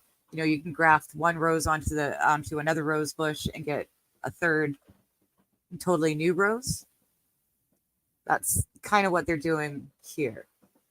So you don't have to be born Jewish, and you don't have to be circumcised. Say that one more time. Back the rose part. Well, it's a gardening technique. You can cut a rose off of one bush and grow it onto a second bush. You graft it onto the second bush, and then those two together will end up combining and making a third rose altogether different from the first two, even though they're all on the same bush now. So that's how us Gentiles are. We are not born Jewish, but by believing in God and Jesus, we are, and following the 10 Commandments, we are grafted back into the Jewish nation. Because my brain goes to Banach-Tarski paradox, where you can create a new spear by taking the points of a previous spear without creating a new spear, which breaks the laws of physics. Blah, blah, blah. I did a video on it a long time ago, but that's where my brain went. from my understanding, spirit or a soul is given to you by God, and when you die, it goes back to God. And then I'm a little bit fuzzy on this, but from my understanding, I think when the second coming comes and we're resurrected, those of us who have died before the second coming, when we are resurrected, our souls are returned to us. But I'm not, like, that's really fuzzy. Yeah, but there is only one soul, and there's it only belongs to one person. So Christians don't believe in reincarnation for anyone other than Jesus. Gotcha. Okay. No, and it's like, so for instance, I've seen in person something like the Dead Sea Scrolls, and they're, to me at the time, they were just a piece of paper. Like, it wasn't, but apparently these are groundbreaking things. And I just didn't have the I was younger. Didn't have the ability to take in what the hell I was looking at, but apparently, like, stuff like that is like proof that it's, what I'm trying to say is this proof that it's there. It's just, I don't understand what the proof is, if that makes any sense. Yeah. Like, You know it exists, right, but you don't like, know what it is. yeah, like I saw it, like I saw it in person at Well, with the Dead Sea Scrolls, they were very interesting because they were discovered, was it late 80s, early 90s, something like that? They were discovered. I think it was even sooner than that, like late 40s, early 50s. Maybe. Yeah. I see, for me, numbers jumble, so I mix 5s and 3s and all sorts. But when they were found in the recent past, they were exact copies of books in the Bible that had not been corroborated elsewhere. Okay. So, like, we know that Julius Caesar existed because we have contemporary writers of the time telling us about him and what he did. So that's basically what the Dead Sea Scrolls were. They were a confirmation of something that we had already believed to be true. Gotcha. Because when everyone says, oh, well, when you're translating it and you've got man's sin, and so men are going to change it to suit their purposes, by finding the Dead Sea Scrolls and seeing that they were exact to the Bible as we know it, the King James Bible, that proves to us that the Bible itself hasn't been changed through translation. It's still the same thing from way back then. There we go. See, I was right. Yeah. Late 40s, early 50s. Okay. Yeah, but it was a confirmation of something that we believed to be true, but hadn't gotten. Yeah. The Vatican decided what books would be included, didn't they? I don't know. I believe it was the Vatican. I'm not 100% certain though. And again, it all depends on who, because the Catholic Church really didn't believe. Catholic Church really wasn't Christian, right? as Jesus said. They're a lot more. The Catholic Church nowadays is a lot more like the Jews of biblical time, in that they knew it was right and they understood what was right, but they just keep fucking it up anyway. That human nature just keeps getting in there. And see, I have no idea about Lilith, Bobby. I have no idea. Lilith was the first love of Adam. Supposedly she was the first love, but then where did she come from? Because Eve came from his rib, but God only made man. So where does Lilith come from? But apparently she's part of the mystical books that were decided not to be biblically applicable. When whoever was deciding what went into the Bible, there are books that they chose not to put into the Bible, And I know that the Jewish religion does lean on some of them, but I've never got my hands on them. See, and this is the kind of thing that I fell dick first into, because I started playing Diablo 4, and obviously the main boss is Lilith, and then people tell me what the hell it means, and then I get, backwards into a show with Digger on a random Tuesday night in December and talking about it. But Bobby says Lilith came from the same mud as Adam. Okay. And then Adam was made from Eve. Or Eve was made from Adam. Eve blah, blah, was blah. made from Adam, yeah. Yeah. So she was just equal and cast out. J.K.D. Buck is saying the Dead Sea Scrolls predate oldest Hebrew scriptures by 1,000 years, and they are very, very close. Dead Sea Scrolls are 1st century. The oldest Hebrew manuscript was about 1100 AD. Oh, okay. So 1100 after Jesus. And the Dead Sea Scrolls were from the 1st century. So, yeah. So they were able to confirm that what we had is actually true to its words. Gotcha. And yeah, the Vatican, well, JKD Buck, you know a lot. Do you know who it was that decided which books would go into the Bible? I mean, the Pentateuch, which is the Torah, which is the Old Testament. They're all the different names for the same thing. That was kind of a given. But who decided what went into the New Testament? I have no idea. And no, they didn't decide which books belong in the Bible at the Council of Nicaea. Okay. So where did it come from, buddy?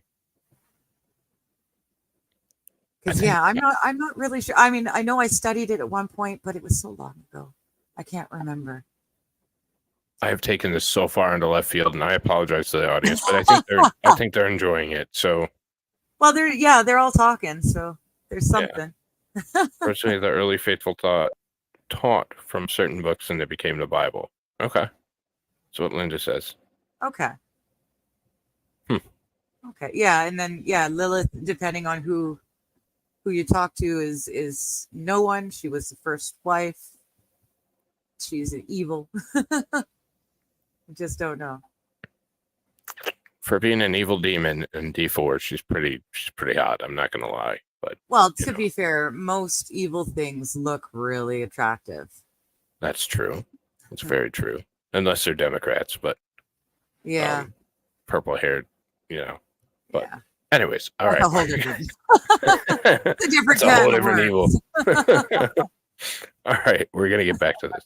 So we're only 26 minutes.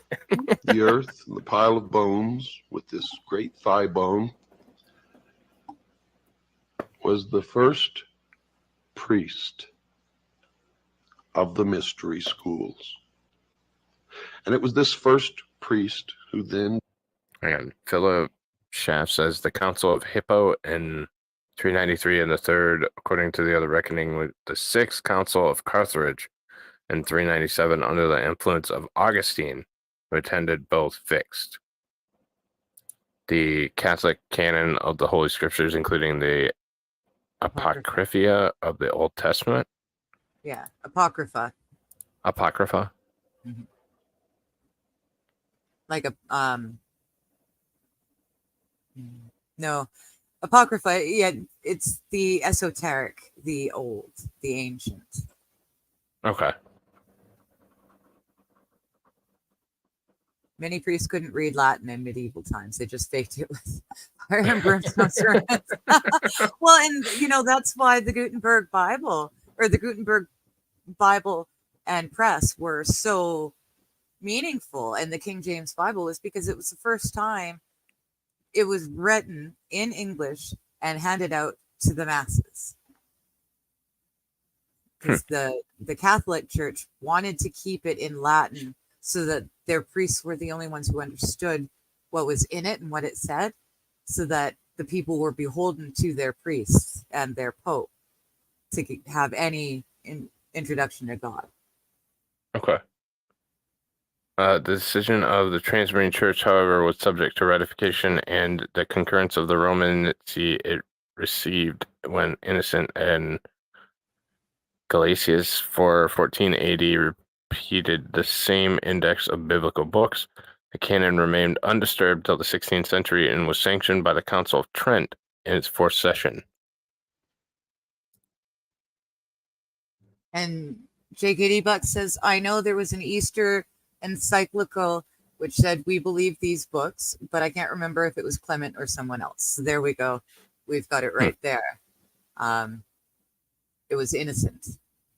Pope Innocent, not Pope Clement. Athanasius. I've never even seen the word Athanasius. So I'd have to look that up too, but and yes, they made black metal really cool. All right. Yes, thank you guys. Thank you so much. We'll go on and maybe we can do a Bible thing the other day. But no, it was not the Vatican. It was decided long before the Vatican was even in existence. Okay. The New Begin Testament. to initiate others into the secrets. Yeah. And they are the ones who have been responsible, according to my research, for most of the scientific developments and the forward movement as far as material progress goes of the human race. For they were the learners. They were the ones who developed science. They were the ones who hid their developments and used their science and their knowledge and their secrets to govern others, usually not as kings, but as advisors and as priests, and in all actuality, the powers behind the thrones in ancient times and even today. They have ruled from the shadows, you see, and they call themselves the guardians of the secrets of the ages. And their first religion was called astrotheology, or the worship of the heavens. And their first object of worship was the sun. The second object of worship was the moon. And everywhere you see the mystery schools or the mystery religion, you will see the symbols of the sun and the moon, also known as Osiris and Isis, and the child Horus, which I will explain the meaning of later. Right now, folks, we must take a break. Don't go away. I'll be right back after this very short pause.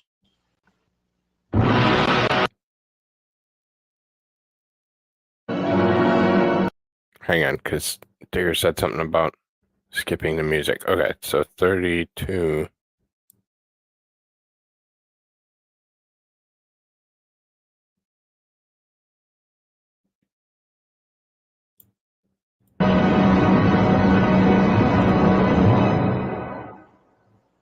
Man's newfound intellect set him upon a quest. Oh, are they? That, according to those who say that they know, has never ended, even unto this day. And the modern day equivalent of this ancient mystery religion calls itself the Order of the Quest. And you will see it reflected in many of their outward exoteric branches, where they disseminate information to the public or manipulate the public or deceive the public, as the profane to them are nothing more than cattle to be herded and occasionally to be led to the slaughter.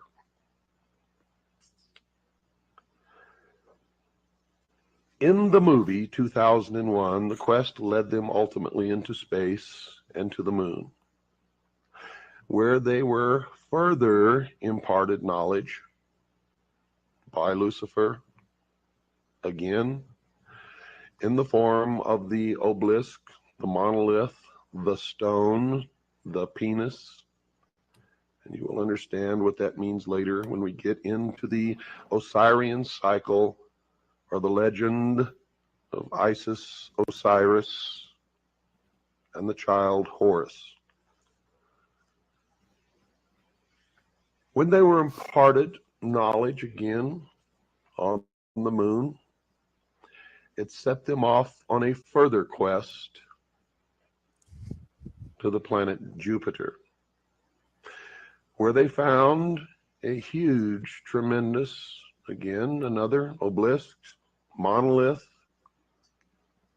stone, the generative force, the penis, floating Hell, in let's space, go back to apes touching stone orbiting wieners. the planet Jay back Jupiter. over there. Exactly. That's Exactly. awesome. Now, the journey from the moon to Jupiter is significant. For the astronauts on board this spaceship represented the entirety of the human race. And it represented that Yes, some amazing. will This is evolve, what the elites supposedly believe. and those who cannot will not be allowed into the future.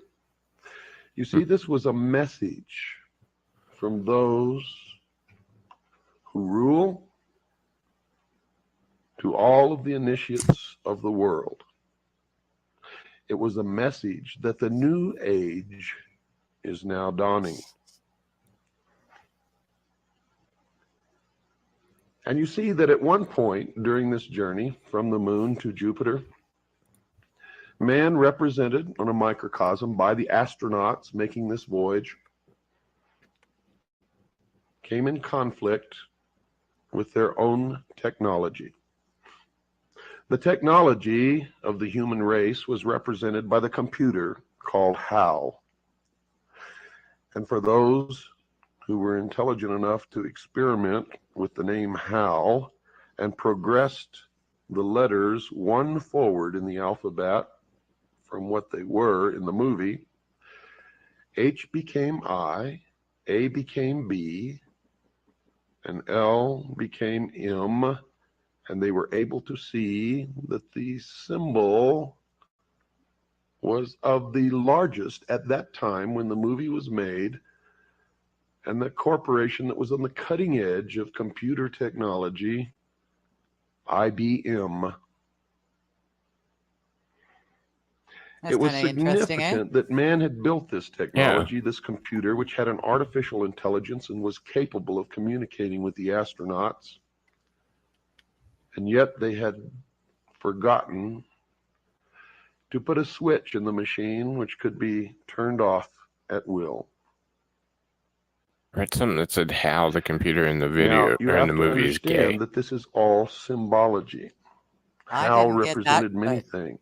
He represented the atomic be wrong. bomb, Sorry, it says queer. the It doesn't say hydrogen gay bomb, specifically.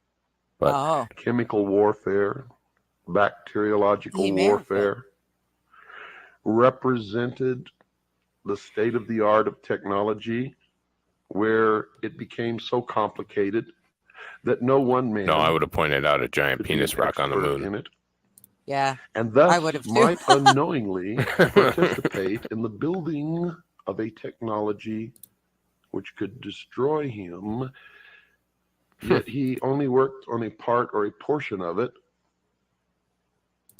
the knowledge of which did not indicate to him that the end product could be a danger. And we see that happening now, don't we? Where everybody has to specialize in one small portion of technology because the overall picture is so Amazing. complicated and so Sorry, far Dave. beyond our I have understanding AIDS. that we see the prediction made in the movie 2001 actually becoming true before our very eyes. Just in my lifetime, I've seen automobiles that I could take apart and put together blindfolded myself as a teenager, to driving automobiles that I can lift the hood and not even recognize most of what I'm looking at, except that I know that it's an engine in there. And I know that it's got a fuel delivery system and some kind of a system that ignites the fuel. But the technology has surpassed my ability to take it apart and put it back together again without many months or years of specialized training. And this has occurred across the board in our technology. And as I've told you before, I will tell you again tonight, dear listeners, in secret, whatever you perceive as the state of technology in the public eye, the very cutting edge, in secret, they are a minimum of 50 to 100 years ahead, to the point where science fiction is no longer fiction and hasn't been for quite some time, but is in all actuality science fact. You saw this battle play itself out on board this spaceship, where ultimately there was only one astronaut left fighting the battle against Hal. And he was able to make this jump in his evolutionary consciousness, and he was able to fool Hal and turn off the computer. But when he did so, he knew that he had relegated himself to That's what the development of AI is for. Robotics. Separation from his Advanced fellow robotics. human beings back on Earth. And folks, the message was not that he went into space to effect this separation. Space was just the vehicle through which it was conveyed in the movie. The message was that the new man will go into the future and the rest of us will perish. We will not be allowed into the future. If we are, it will be as slave labor until we are no longer useful, and then we will simply be exterminated.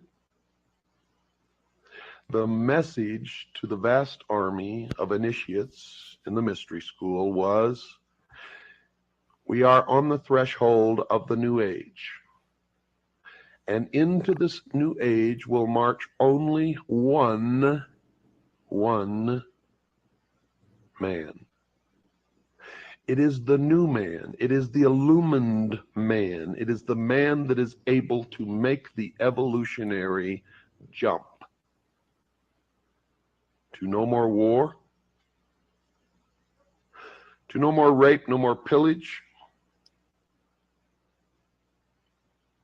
to the level in the mystery school known as 666. It is the number of a man. It is the illumined man to the mystery schools. To those of us who are Christians, it is the symbol, the mark of the beast, the indication that the Antichrist has arrived, and the beginning of the time predicted in the book of Revelation known as the tribulation. Bags. Now, all of this that I thought I knew so well and understood has become even more mysterious to me Nazi now. fags. There we go. As I know that I am battling against something that is almost incomprehensible, and I have had to do it alone, by myself, not trusting anyone else, not letting them in, for fear that they would corrupt my mind and I would be led down the wrong path.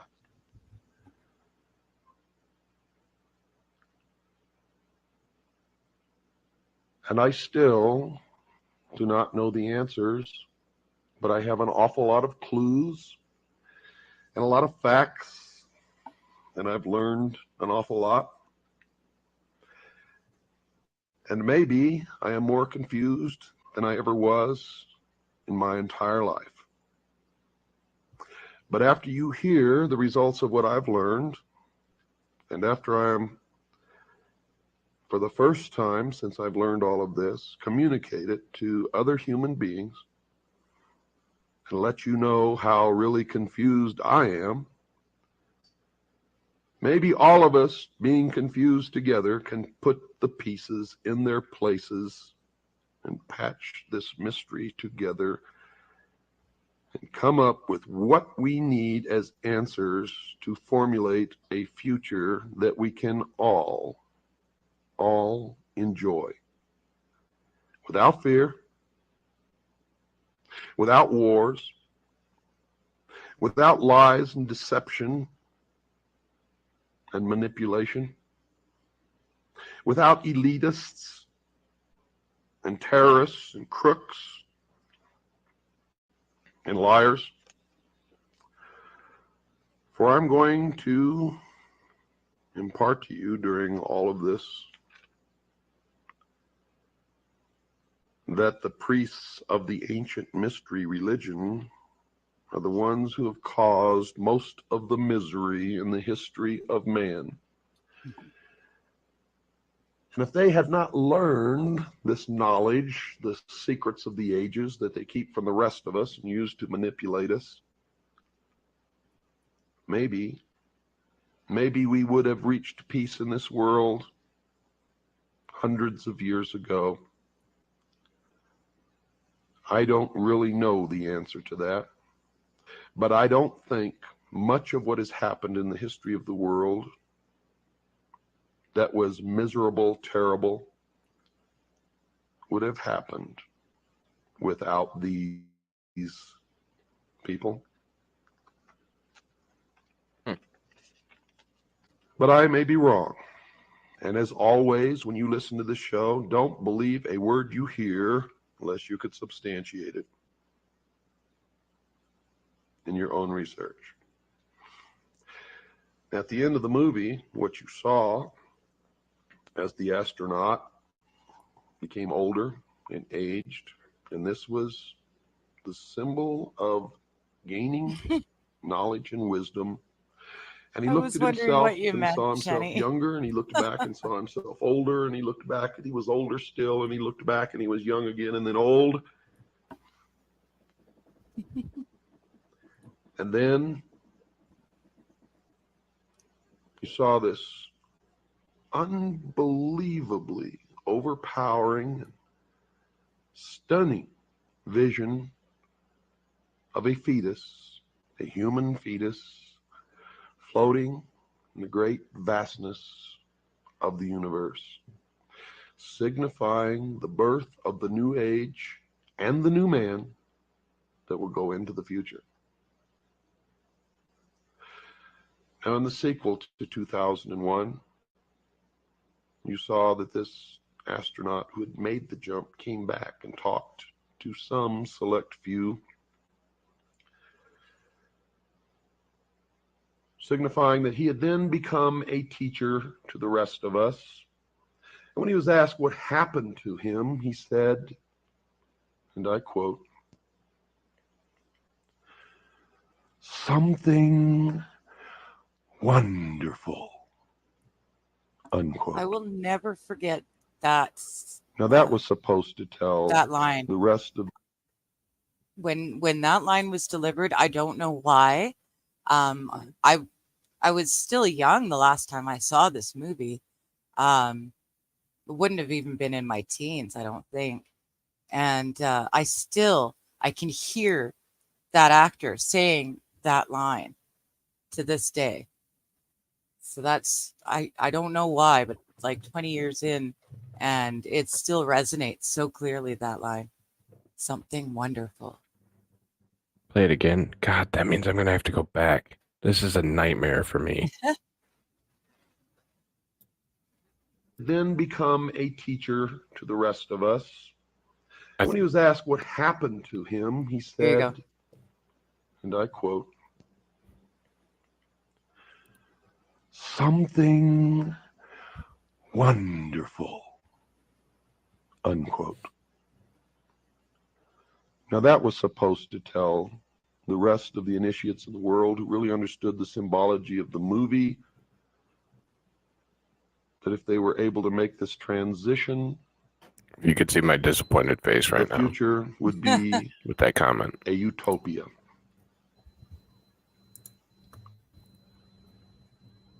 Now, I don't know whether it will be or not, but I can tell you this. The priests of the ancient mystery religions are in charge right now, and we had better damn well find out, and we had better do it very quickly. For the new age is the age of Aquarius, and the exact date of the dawning of the age of Aquarius can be determined astrologically. And I'm not going to tell you what that date is, although I have it right here on a piece of paper in front of me. I want you all to help in this search. God knows I need help. I can't save us all alone. And there's always the possibility, because I am human, that I could make the wrong decisions or make the wrong interpretation.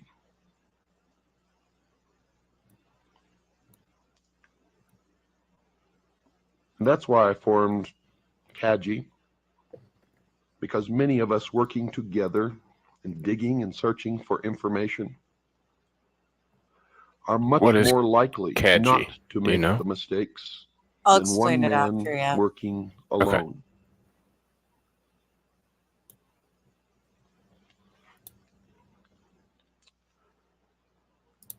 Let's go back now to the beginning. When man was in his infancy on the evolutionary scale of development,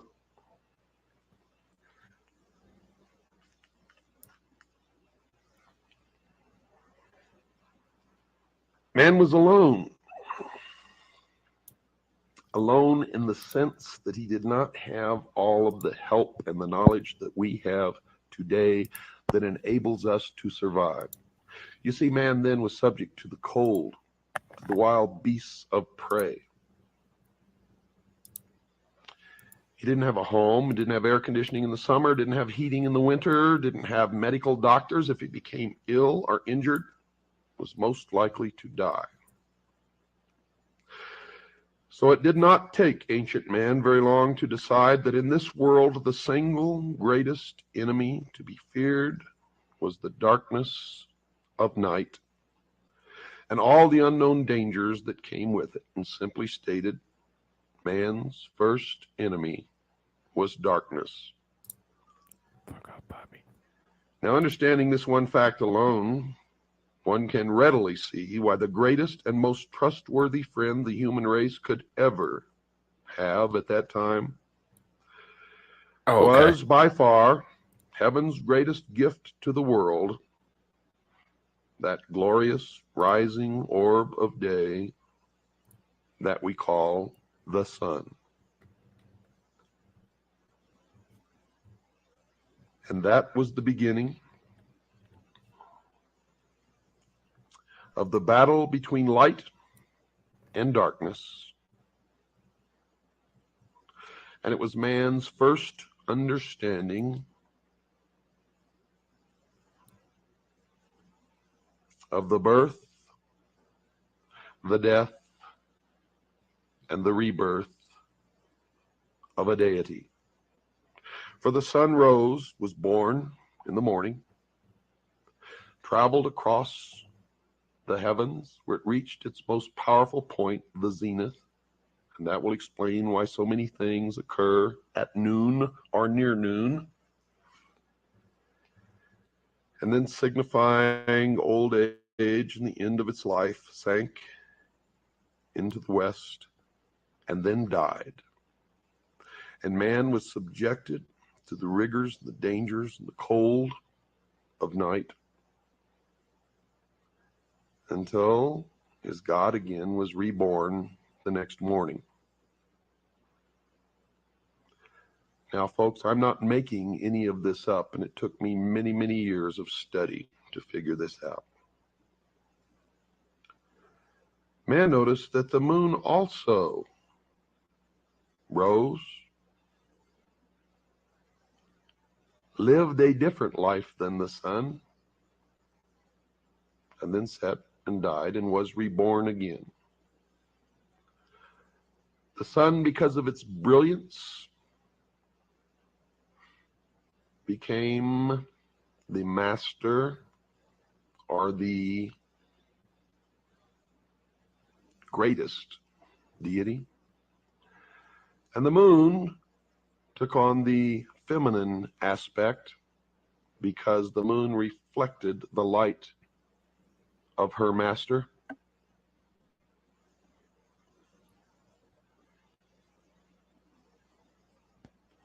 And all of this will begin to make sense to you eventually as we go through this, because from now on, every program that I do is going to be devoted to this, to the explanation of the esoteric religion, the ancient mystery religion.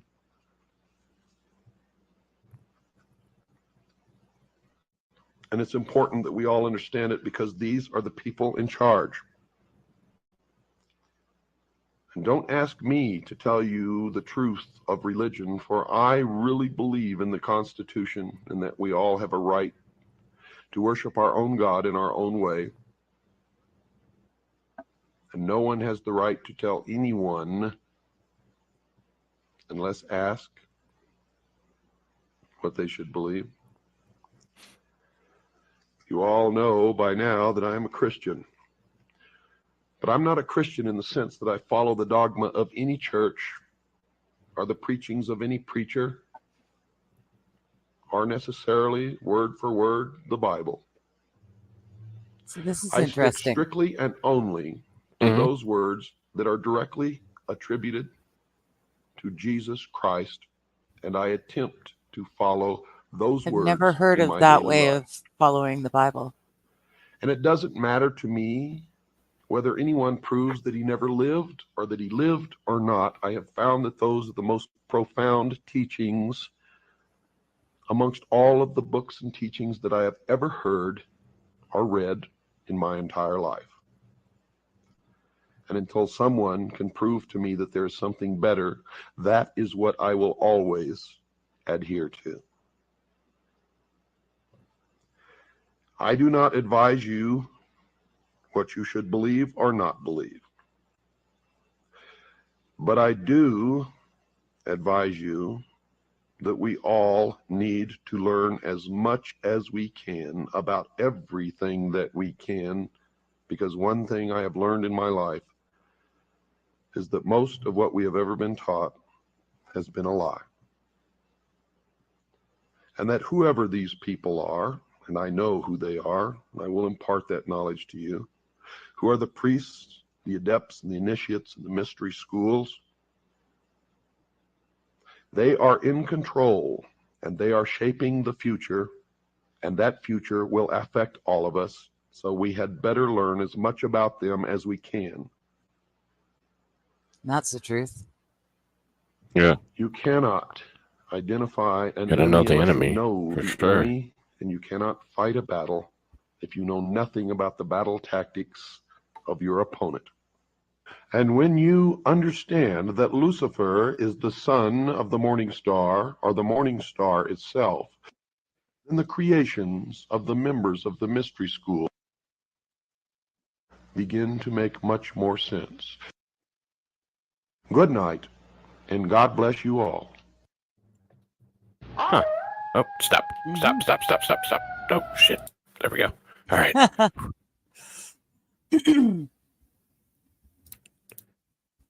I have so many questions, but I think from what I'm gathering from this series is that we're A, going to continue kind of down this road, I assume, and B, probably some or all of my questions will be answered by the by what's going on. Or I could be way off base. I don't know. No. Well, and see, that's kind of my man and I are. We were discussing this earlier. Okay. We can do like maybe we could do a poll or something for the chat. We've got two options. We can do this, and I think there's 47 or 48 1-hour episodes on this Holy topic. shit! Yeah. Wow. But it goes through from like we did the very beginning of man, and it'll go through all the different secret societies. So we're talking the Freemasons, the Illuminati, the Templars, and he explains each of those secret societies, what they believe and how they fit in amongst each other. Or we can put a pin in this and go back over to his Hour of the Time and touch specifically on his more on his things more relevant to today. So he did an expose on I've got it written here. Let's see. He did an expose on the IRS, just as an example. He's got a whole series on space and the moon. He's got a series on JFK, on the IRS. He's got a series, or he's got a thing on Alex Jones, as well as one about Art Bell. He's got a series about the globalist takeover, as well as the communist takeover of America specifically. That's another series. He connects George Bush and bin Laden. He goes into the global banking system and how it controls everything. Ruby Bridge, 9/11, the Clintons. He does a lot about the Clintons. Waco. He's covered a lot of stuff. He's covered all the MK's projects.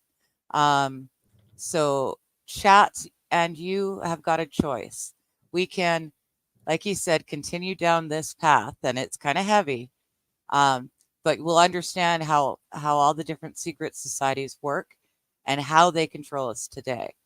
Or we can do the more political, more recent historical stuff. So I put up. We can go back and forth. Yeah. Yeah.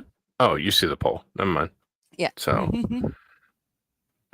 so I figured the back and forth would be like we tweak, like we'd cover one of these, and then the following week we'd cover a newer topic, as you said, and then back forth, and yeah, and so on. So, Mr. Neo or MK Nami, they created Naomi. Naomi. So you know MK Ultra. Yeah. Okay, so that's the psychological warfare. Mm-hmm. So MK Naomi was the biological warfare program. So that includes, but is not limited to, HIV, AIDS, Ebola, and what my man and I call the corn. Okay. You guys, I think the safe word is coof. Yeah. But yeah. So the MK Naomi is the biological warfare program. Oh shit. And he covers that as well. So yeah. So there's a lot of like he's very, very, or he was very intelligent and very well read. He's, like I said, he's a proponent of the do not believe what I say. Go and do your own research and decide for yourself. And like he was saying in this episode, that series is all about what he's been able to learn himself over his many years of study and searching. Gotcha. So he's not necessarily guaranteeing that it's right, but this is what he has come to understand about the secret societies and what they believe. Okay. Huh. So, yeah. All He right. had, Anybody- oh, do they have you got something? I was just going to say, if anybody else wants to vote, I like the results of the poll, so I'm going to close it quickly. And I'm pretty sure I know what happened. So if anybody wants to get in, get in. 1 second, just to make it fair. People in the Rumble chat, 1, to continue the 40 plus of the occult and the secret service or societies. 2 in the chat if you want to do the relevant topics of the day.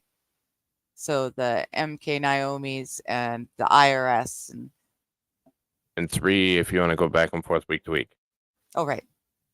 Yeah. Also has been confirmed. Naomi isn't that much of a stretch. Yeah. Mm-hmm. Digger is incredible with this kind of shit. Like, Thank you. I do read a lot.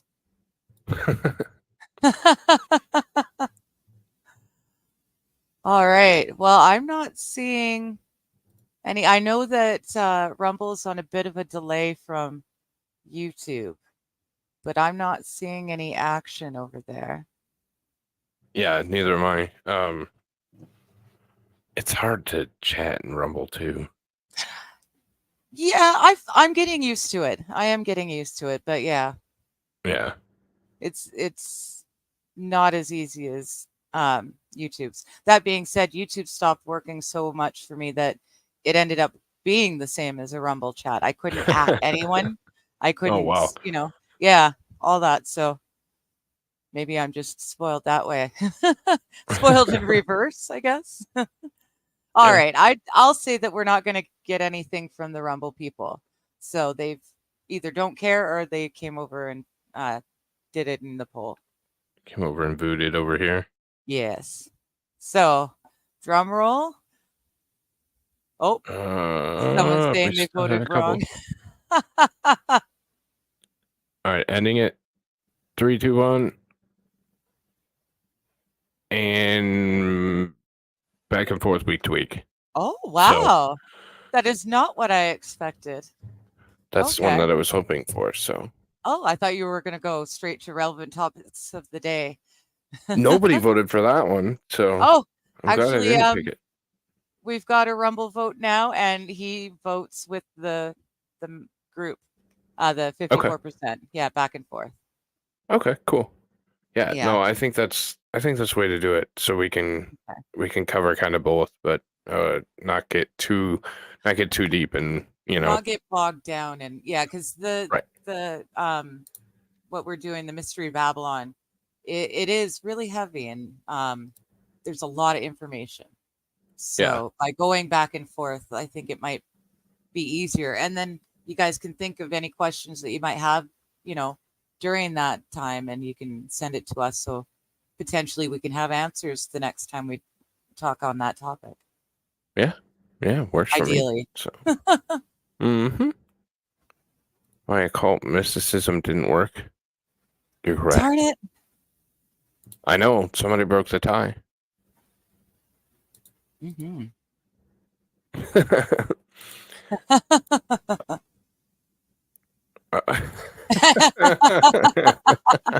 And we've got 2 votes in Rumble now, but they're both the same person. Okay. So. And they're saying the same thing. Deal. Yeah. But yeah, no, I'm really happy that you brought this up because this is kick-ass. Like I'm enjoying the hell out of it. So hopefully I didn't bog us down and get us too far off. No. I like it. And I mean, what I didn't know, our chat was able to help and fill in the blanks. And that's great too, because I'm a baby Christian. I really am. I'm only just barely scratching the surface of it. So anyone who's got more knowledge in that area is really appreciated. I wish Dance weren't on the opposite time schedule to us. I know. I'll have to reach out to him. Maybe we can get him for one. We can maybe plan a special one. Yeah. Yeah, but no, I really appreciate it. This is awesome. I'm enjoying this for sure. And we'll put together one and have one for next week. That's part of the relevant. So, the paperwork is out there. You guys love this journey. The Hillary The shit Hillary. will get sketchy though. No shit. Yes. He's very adamant that we be careful around that subject. Oh, okay. Definitely go to Rumble, but just because she is aware of you and follows you. Yeah. He bitch, come after me. I dare you. Cooper has the dirt on them up until 2001. He has the dirt okay. on them. So more yeah. information that will make me unalived. Yes. From learning it or from them knowing that you learned it. Either way. Yeah. Yeah. It is crazy. Yeah.